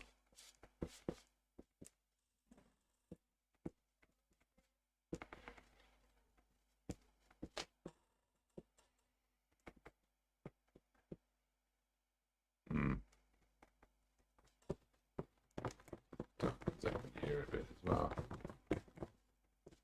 So push that down. And then go over to here. It's probably too dark, or is it? No, because that's going to mix on the surface, so that's okay. This sort of cloud that goes across. It's quite an interesting cloud image, that one, isn't it? Because it seems angry as well as being quite a sort of light, fluffy in the background. Yeah. Okay, so a bit more purple now. Now I can come back to that with thicker paint later on, but first of all, this might work just fine. Just got it. There's that sort of bottom edge. It's hanging low in the sky. It's even sort of overlapping this this hill in the distance. I go back into that. Hopefully add a bit more dark and structure to it in places.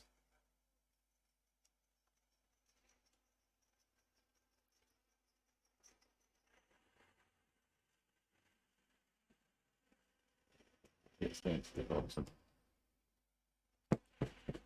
Okay. this is all sort of fuzzy at the edges because that's what happens when it's raining. So I'll break up the bottom of that cloud there.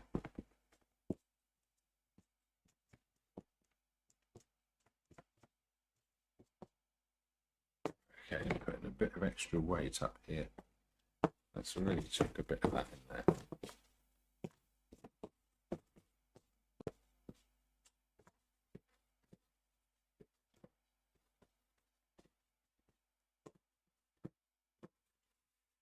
Sense of an incoming storm. I want to put a bit of extra other colour in there.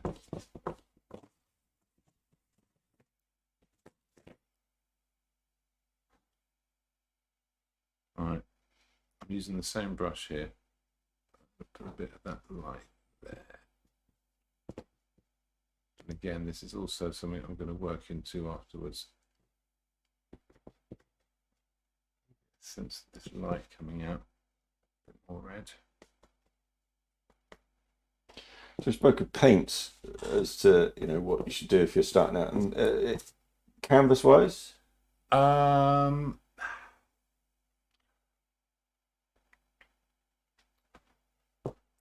Okay, these are interesting questions. Buy a cheap canvas and a good gesso. Because again, you're going to want to use up surfaces. As soon as you become precious about materials, then that's working against you. So if you could get a box of cheap canvases, but get some good gesso, and learn to treat them to get a surface that you like. Figure out what you need to do to get rid of the white of the canvas. So you might want to do an imprimatura. That might be part of your process. So when you start painting, the first thing you do is sort of wash that out.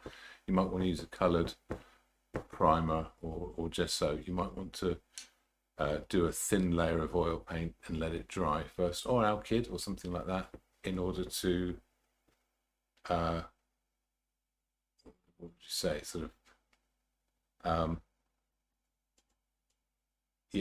to control the absorbency. Mm-hmm.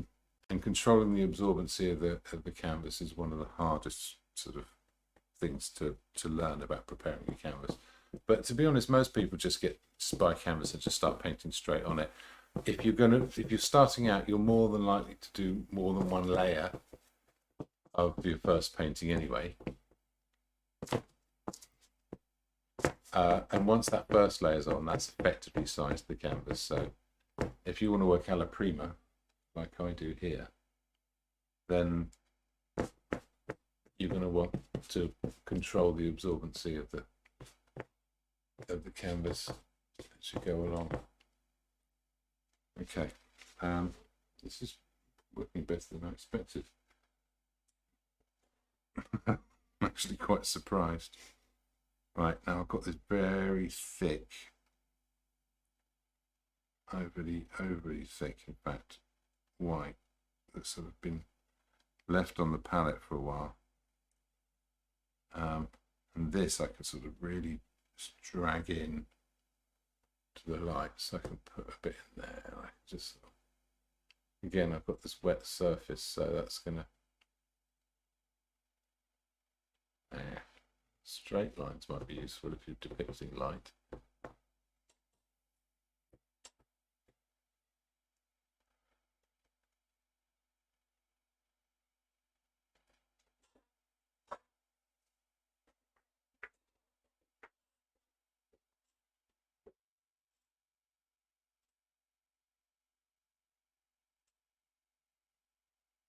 Yeah, as that breaks in, it's quite nice.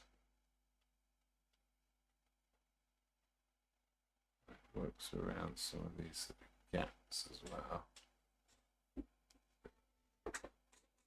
It's quite a nice effect, isn't it? Am I going to get enough white out of that?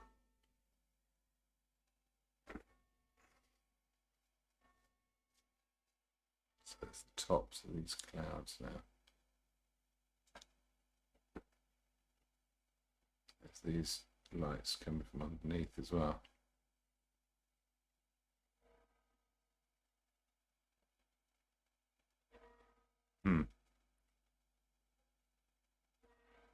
It's quite fun to get stuck into that. Dawn Thompson has just messaged and said, "Have you made a decision about my idea?" Oh yes, Dawn. I think we need a pre. What was the idea? It was unrelated to this.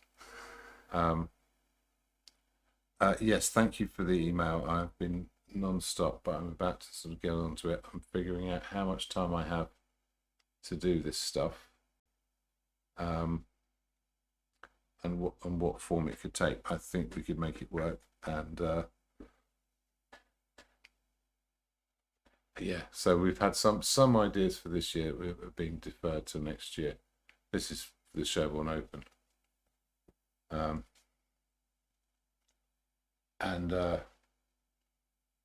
Yeah, there's a limit to what I can do, but I'm quite happy for some of these things to go ahead if someone feels confident about, you know, making it happen. So if you think you know what would be required and you want to do it, a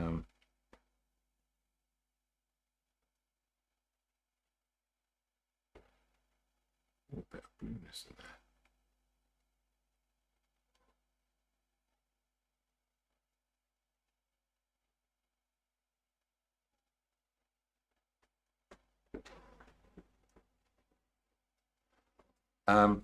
Yes, sorry, it's slightly off topic for me, but I have not forgotten. Sorry, I haven't been back in touch just yet, but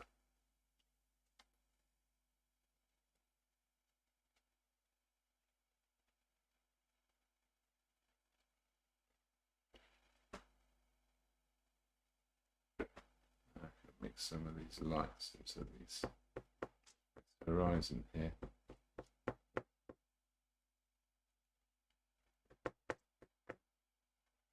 I don't know what I think about that.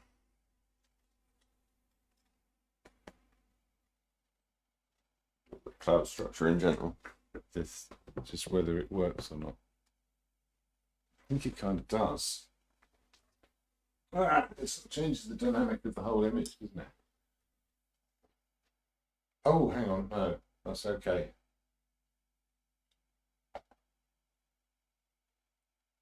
I need some thicker paint on it.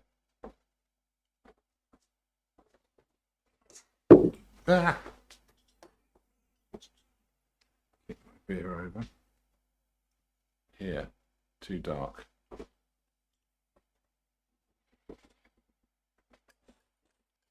A few versions of this.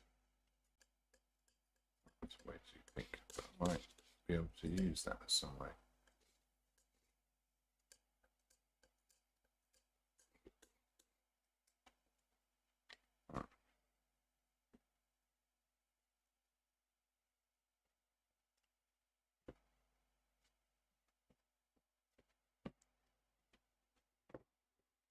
There we go. The paint's got a bit of weight to it now.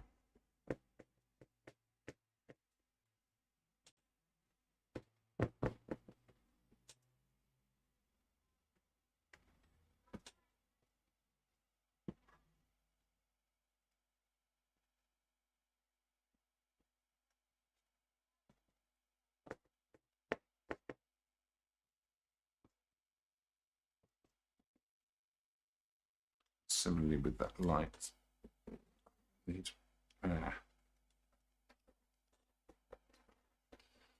Dawn's also asked, where's the cheapest framers around here? There are no cheap framers. There's no such thing.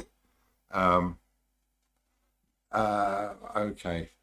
There is a framer who's just moved to town that I heard about the other day, and I don't know anything about them at all.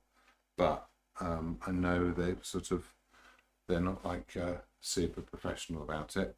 Al McAndrew, who's got the sort of the gallery space on above Lemon. He does bits and pieces for me, and he's very reasonable. Don't know how much work he's taking on, but I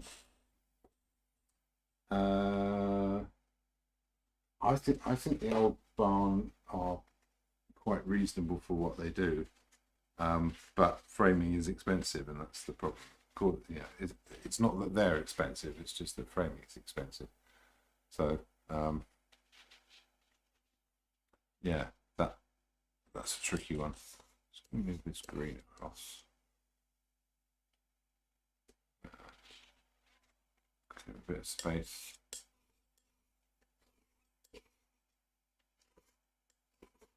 So we are at 9:05. It's 9:05 already. 9. Right, I'm going to put some last chunks of paint in this, and this was an interesting one because I didn't know if this was going to take longer or if it was going to be quicker than a normal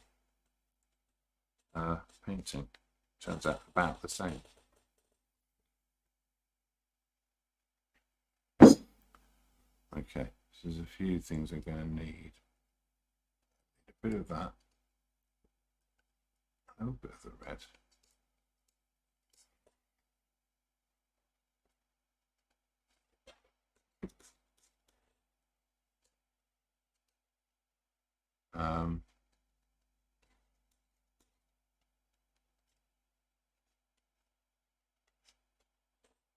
Let's put this here. Put a bit of yellow in it. And that's way too much.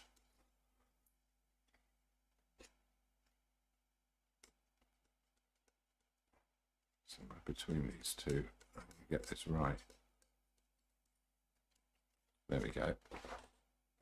We get some lights in here.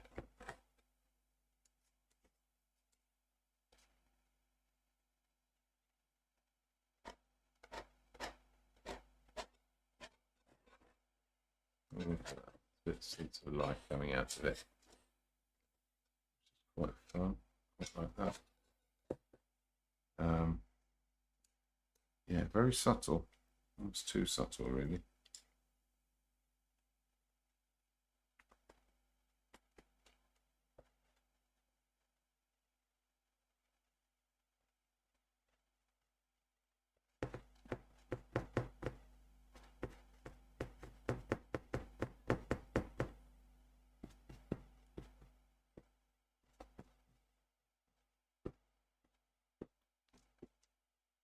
Do a bigger brush. I had a bigger brush. I'll do with it. This one. This one's nice and new. Yeah.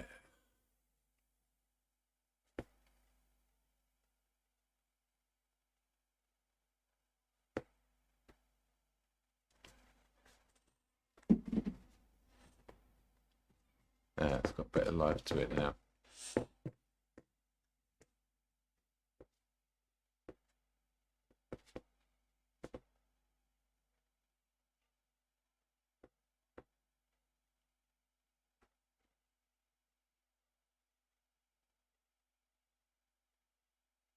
Yeah, so get a bit of that orange in there. Soften it down.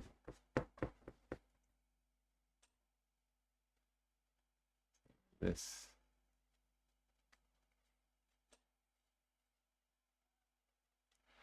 Okay, yeah, that's looking better. And the last bit, I'll get a bit of this just pure white on it.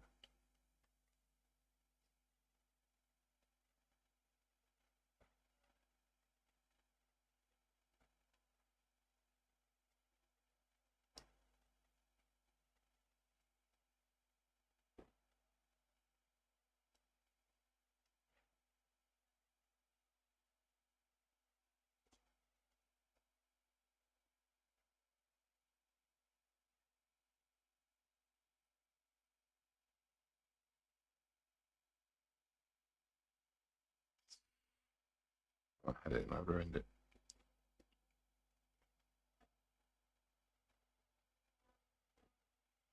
Yeah, it cools it down a bit again. You know, I think that's probably enough. I'm definitely overfiddling with it now.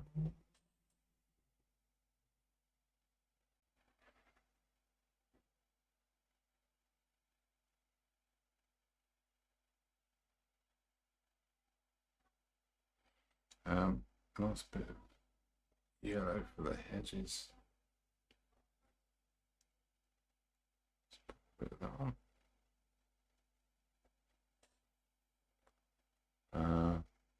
Don't need any on there, don't think so.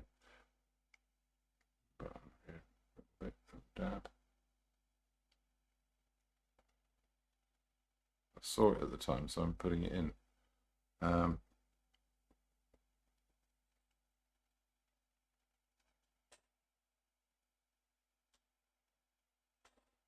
Okay, I'm definitely overfiddling now, aren't I? Okay, stop it. That, I think, will probably do. I think it does its job. Was there anything else I was going to come back to?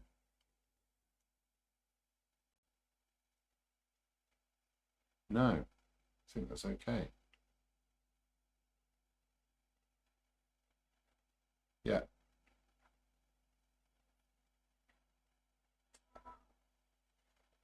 Oh, I'll tell you what. So we can, like, using the gate picture, actually see where you kind of where you finished when you were out there to now what it looked like. That'd be quite an interesting flip that we can do.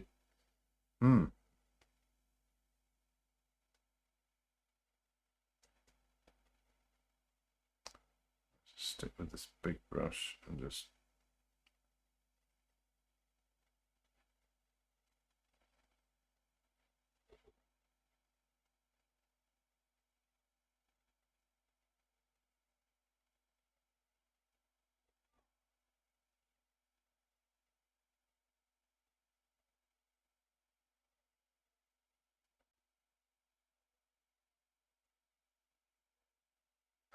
I feel like I can hear someone shouting, "Stop fiddling."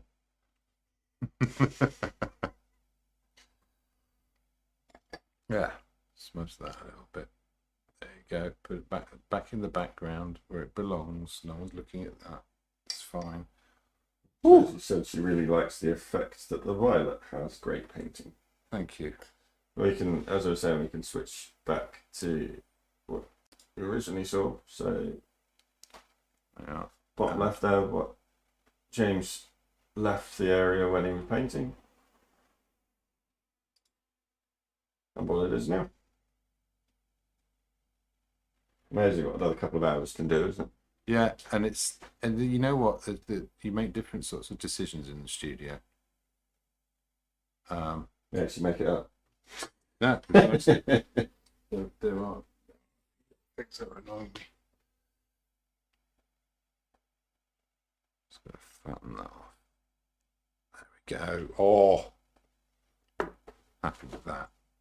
I did put a hedge where my signature should be, which is a bit annoying. There you go. That's fine. Let's have a little gulp. Oh.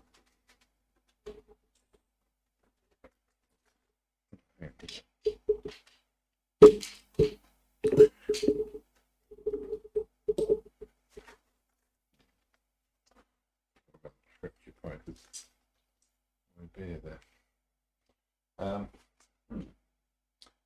So we could have a little. Oh! Should we go to the phone cam? Would that work? Yeah, it should do. I'll just.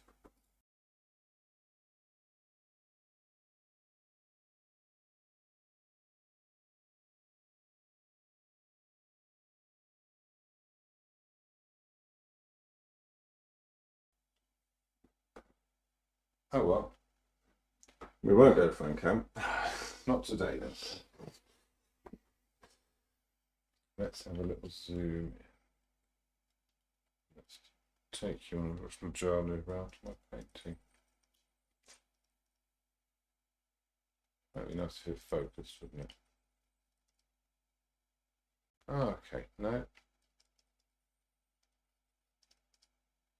There we go. There's my little tree. But first things first.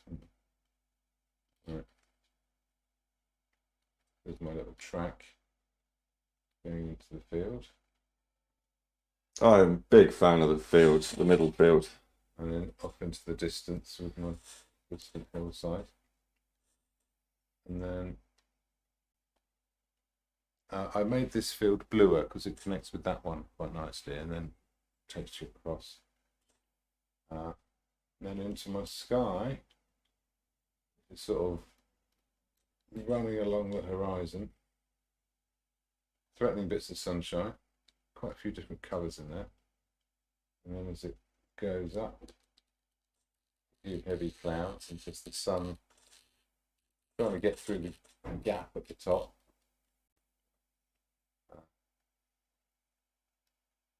Zoom out.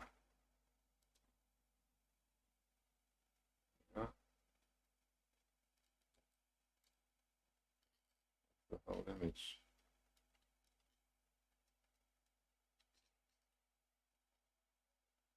So thank you so much for joining me. That's it was nice to do a thing like that. I hope me working from a photograph in the studio wasn't.